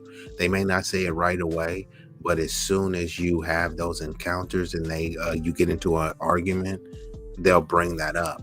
But my whole point is that as much as a dude will try to argue it down, like a dude could have an experience and say, hey, oops, my bad, I didn't mean to do that. Like, sorry, bro, you're scarred for life. But then they got these chicks where they're doing this Katy Perry type stuff. I kissed a girl and I liked it. How many countless videos do you see chicks with their bestie and they're grabbing a booty? They're calling chicks their wifey. You know what I mean? And all this stuff. Like, why would you call your friend your wifey? What type of stuff would you do with your wifey? Kiss, hug, scissor. You know what I mean? So when they do that, look at the videos. You know what I'm saying? When they do that, they could just do it, right? And I'm not gay. So what? I scissored my friend on spring break. So what? I kissed my homegirl. So what? I'm grabbing her butt and her boobs. That's not gay. You know what I mean? But any dude, if you even, you know what I mean? If you even just make even a soft shoe comment, or deny them and say, hey, look, I don't want to have relations with you. So I think that's funny, and that's a bit hypocritical, and a form of delusion. It seems like it's more accepted with women than it is men, right? It's like, even when you talk about threesomes, you want the two women and one guy, and the women are with each other and blah blah blah. See what I'm saying, Mr. Brian? If it's two women, it's a threesome. If it's two dudes, it's a train. Well, that makes sense, right? That definitely makes sense. A threesome sounds exotic and romantic. A train sound like, oh, she's just getting ravaged. You know what I Yeah, mean? but Like, they just had some show that I was looking at somebody's stream today, and they were talking about. I don't know if it was Black Man Unfiltered or who it was, but you know, there's some show on TV now where the woman has two guys that she's dating or oh living with, wow. or you know, they're a throuple, as they say. You know, they're not a couple because it's three of them. That's mad dangerous. That's super dangerous. Ain't that How crazy? though? How is that dangerous, Mr. Best? Speak on it. Well, it's gonna have to be It's some type of like- jealousy involved somehow, somewhere. Yeah, because it's two dudes and one woman. Like anything is liable to pop off. Like, you know what I'm saying? And then a lot of times, you know, let's say the dudes like they get so mad, like they try to hurt the other dude and the woman. Like it can go left. It can go real left. You know what I mean? I remember Mr. Bryant, you was having a conversation with somebody. I'm not gonna mention who on one of the streams that we had about that situation. But salute to them and salute to you. But, I remember that. Yeah, yo, it was that conversation got really It very really caught me off guard. yeah, it was very interesting. But it was a great conversation nonetheless. But yeah, like he was saying, like it's a very dangerous situation. Yeah, you know, You gotta man. be careful. You gotta be careful. You gotta be careful. Now, if it's a dude and two women, men, we stronger than women, so a lot of times we can like physically handle ourselves and a plus. But even with that, that's dangerous too. That could be dangerous as well. Yeah, right? that could be dangerous as well. One of them want to, they want to be the only woman, so they be on some fatal attraction type stuff. Like, yeah, it get mixed. It can get messy, man. Especially with that, like you said, with the one woman and the two guys. Yeah, that look like. Yeah, I think they actually have a television show. I believe they have a show about it, a reality TV show. I don't know the name of it, but are y'all saying that y'all think it would only be messy in the situation with two dudes? But what about the situation with one dude and two women? Do you think it would be equally messy or more manageable? I think it could turn ugly. But do you think that's a more tenable situation than Well, I mean, it's a more obvious situation. You know what I'm saying? Because usually when kind of more natural too, I think. Yeah, usually if a guy wants to be with a threesome, they don't want another guy there. You know what I'm saying? And if they do, I got a question. Okay, I got a question, you bro. Ask Mr. Best up there Not the this question. again. Not this again. oh, not this again. Please. Oh man. Yeah, go ahead, B-Eazy. We're waiting. Nah, that one just kind of caught me off guard, but I was kind of you had these reminiscent thoughts, but I'm trying to keep it PG rated for the stream. B-Eazy, what the hell have you been doing, yo? Like, what the hell? What was that? What have you been doing, yo? Like, all these terminologies and shit. Yo, Hey, I'm saying, man, I'm really that dude, man. From the mud, man. So, like I said, I have extensive knowledge of these stuff, but all they say the game is to be sold, not told. So I'm just giving what I could give for free. You got a strip club background and all that, yo. Yes, sir. Hey, and speaking of that, man, that was one of my stomping grounds too. So I'm tapped in with a bunch of the strippers and owners and stuff. The titty bar, huh? The titty bar. Yeah, but I don't do no tricking, man. But I do do some business with some of the talent that works there. I'll just leave it at that. But tricking, I'm making it rain. I ain't doing none of that at all. Dang, I think that's right, man. We may need to go home after this. Show him at the end of the stream. I know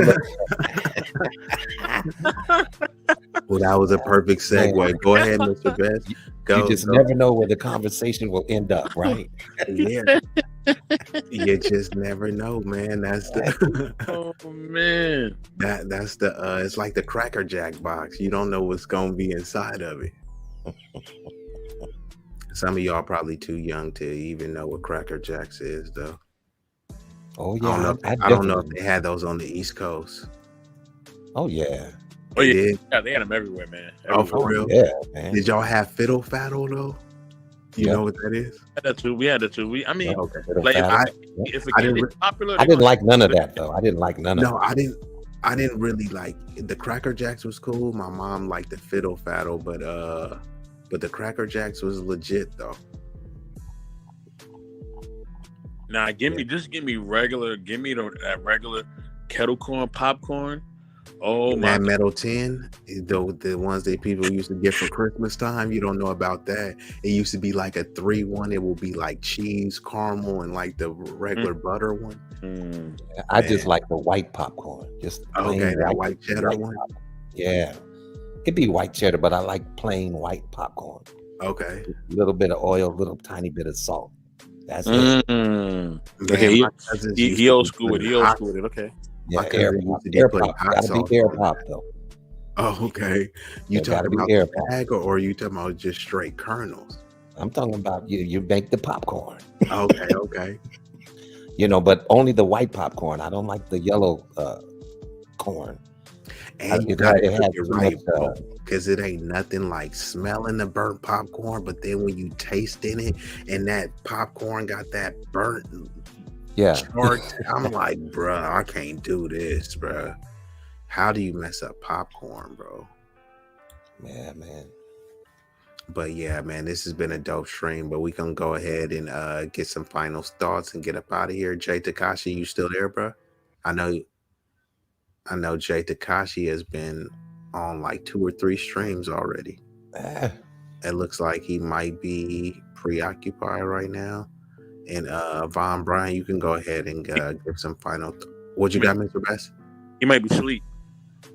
Okay, cool. Well, if he don't give his final thoughts by the time y'all two go, then it's all good. He knows it's all love. Oh yeah. No, but listen, great show, man. Great content. Great subject matter, man. So, that's why I was glad to get up here with you, because you were definitely onto something. You know what I'm saying? Talking about delusions and the different types of delusions. Very informative, man. So, once again, hey, I'm up late and I thought I'd be part of the conversation. So thank you for having me. I love when you come up, man. It's always dope. I knew you would definitely appreciate this one, but yeah, man, thanks for definitely coming up. Yes, sir. Well, I'll see you all on the next one. For sure, Mr. Brian. And I think I got your email, so I'll send you the information of the resources that I had. I know you asked in the chat. I just was unable to send that information right away, but I'll email it to you. Yeah, do that.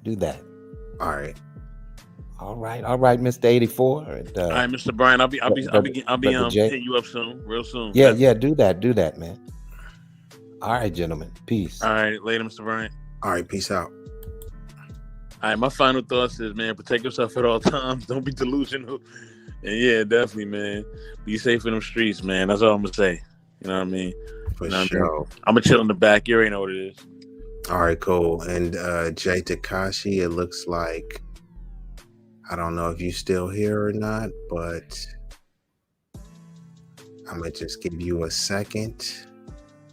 Looks like he wasn't. All right, Jay, go ahead and good night. And let me just go ahead and hit y'all with a couple visuals before we get up out of this thing. But if anybody else has any like closing remarks they want to do, by the time I play these visuals, you can come up. Otherwise, we shutting the stream down.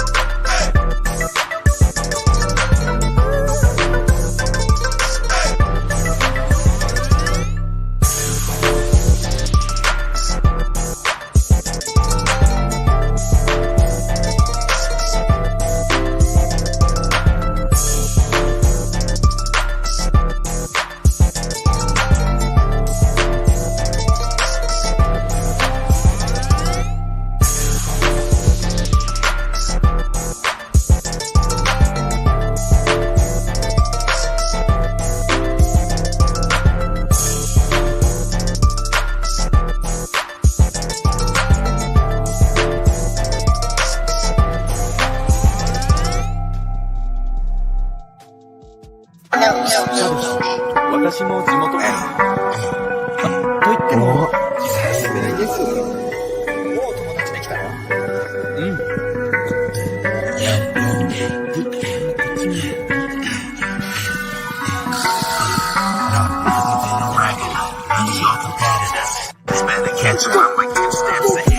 promethazine got me leaning like a cholo in the club. I'm 20 deep. I don't be riding solo. Pull some bad they vanilla and cocoa. They wanna take some photos when we kick it out in Soho. Chicks is showing tits and popping pussy for my promo. Told them like juvenile, baby moving for me slow mo. Then I'm right back to the block, cause I keep getting modo. I be flipping, not shrinking. I don't give a fuck about no. This name ain't D-Lo, but these bitches stacking this real forever be my stilo. This is B-Eazy Dat Dude. In the trap making pass smooth. If I ever go broke, then I'm about to pull a move. Since a nigga healthy, I don't even gotta worry. With my some Fiji, tandoori and chicken curry, that isn't is really in me. My game international, I design my own clothes, so I be always looking fashionable. Here's a couple facts about me that y'all didn't know. Some of y'all be getting bread, but I be getting bigger, dog. I got bigger than the whole. Time for a like intermission. We kindly request that you show love to the channel's creator and platform by leaving a like, sharing, commenting, and subscribing. Don't forget to turn on the notification bell to stay up to date with all the latest content. Liking posts is completely free and helps the algorithm boost our reach. We want to grow the community larger and larger, so thank you all who take the time to support us. It does mean the world to us and doesn't go unnoticed.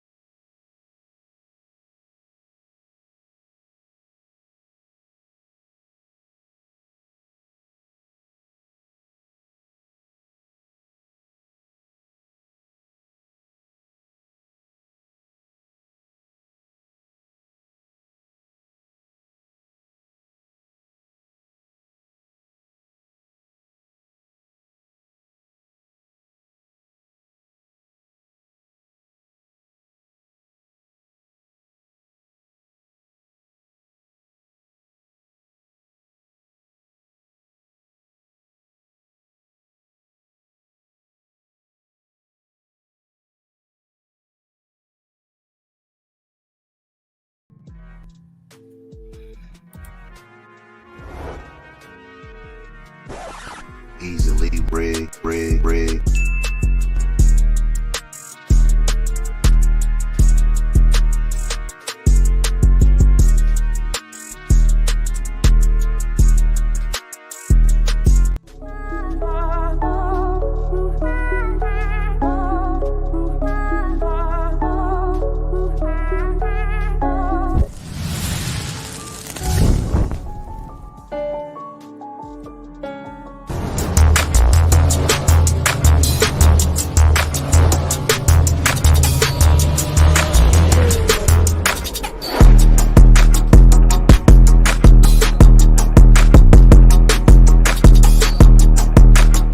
You are now tuned into another installment of Easily Rigged.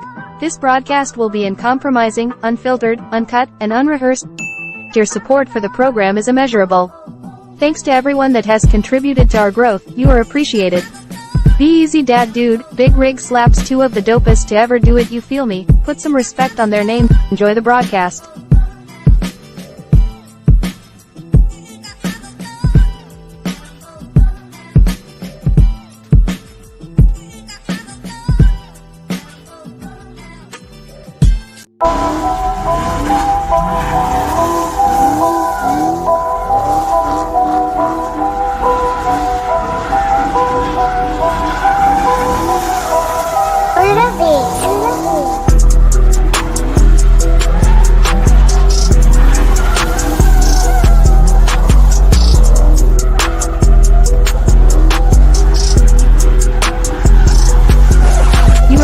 tuned into another installment of Easily Rigged.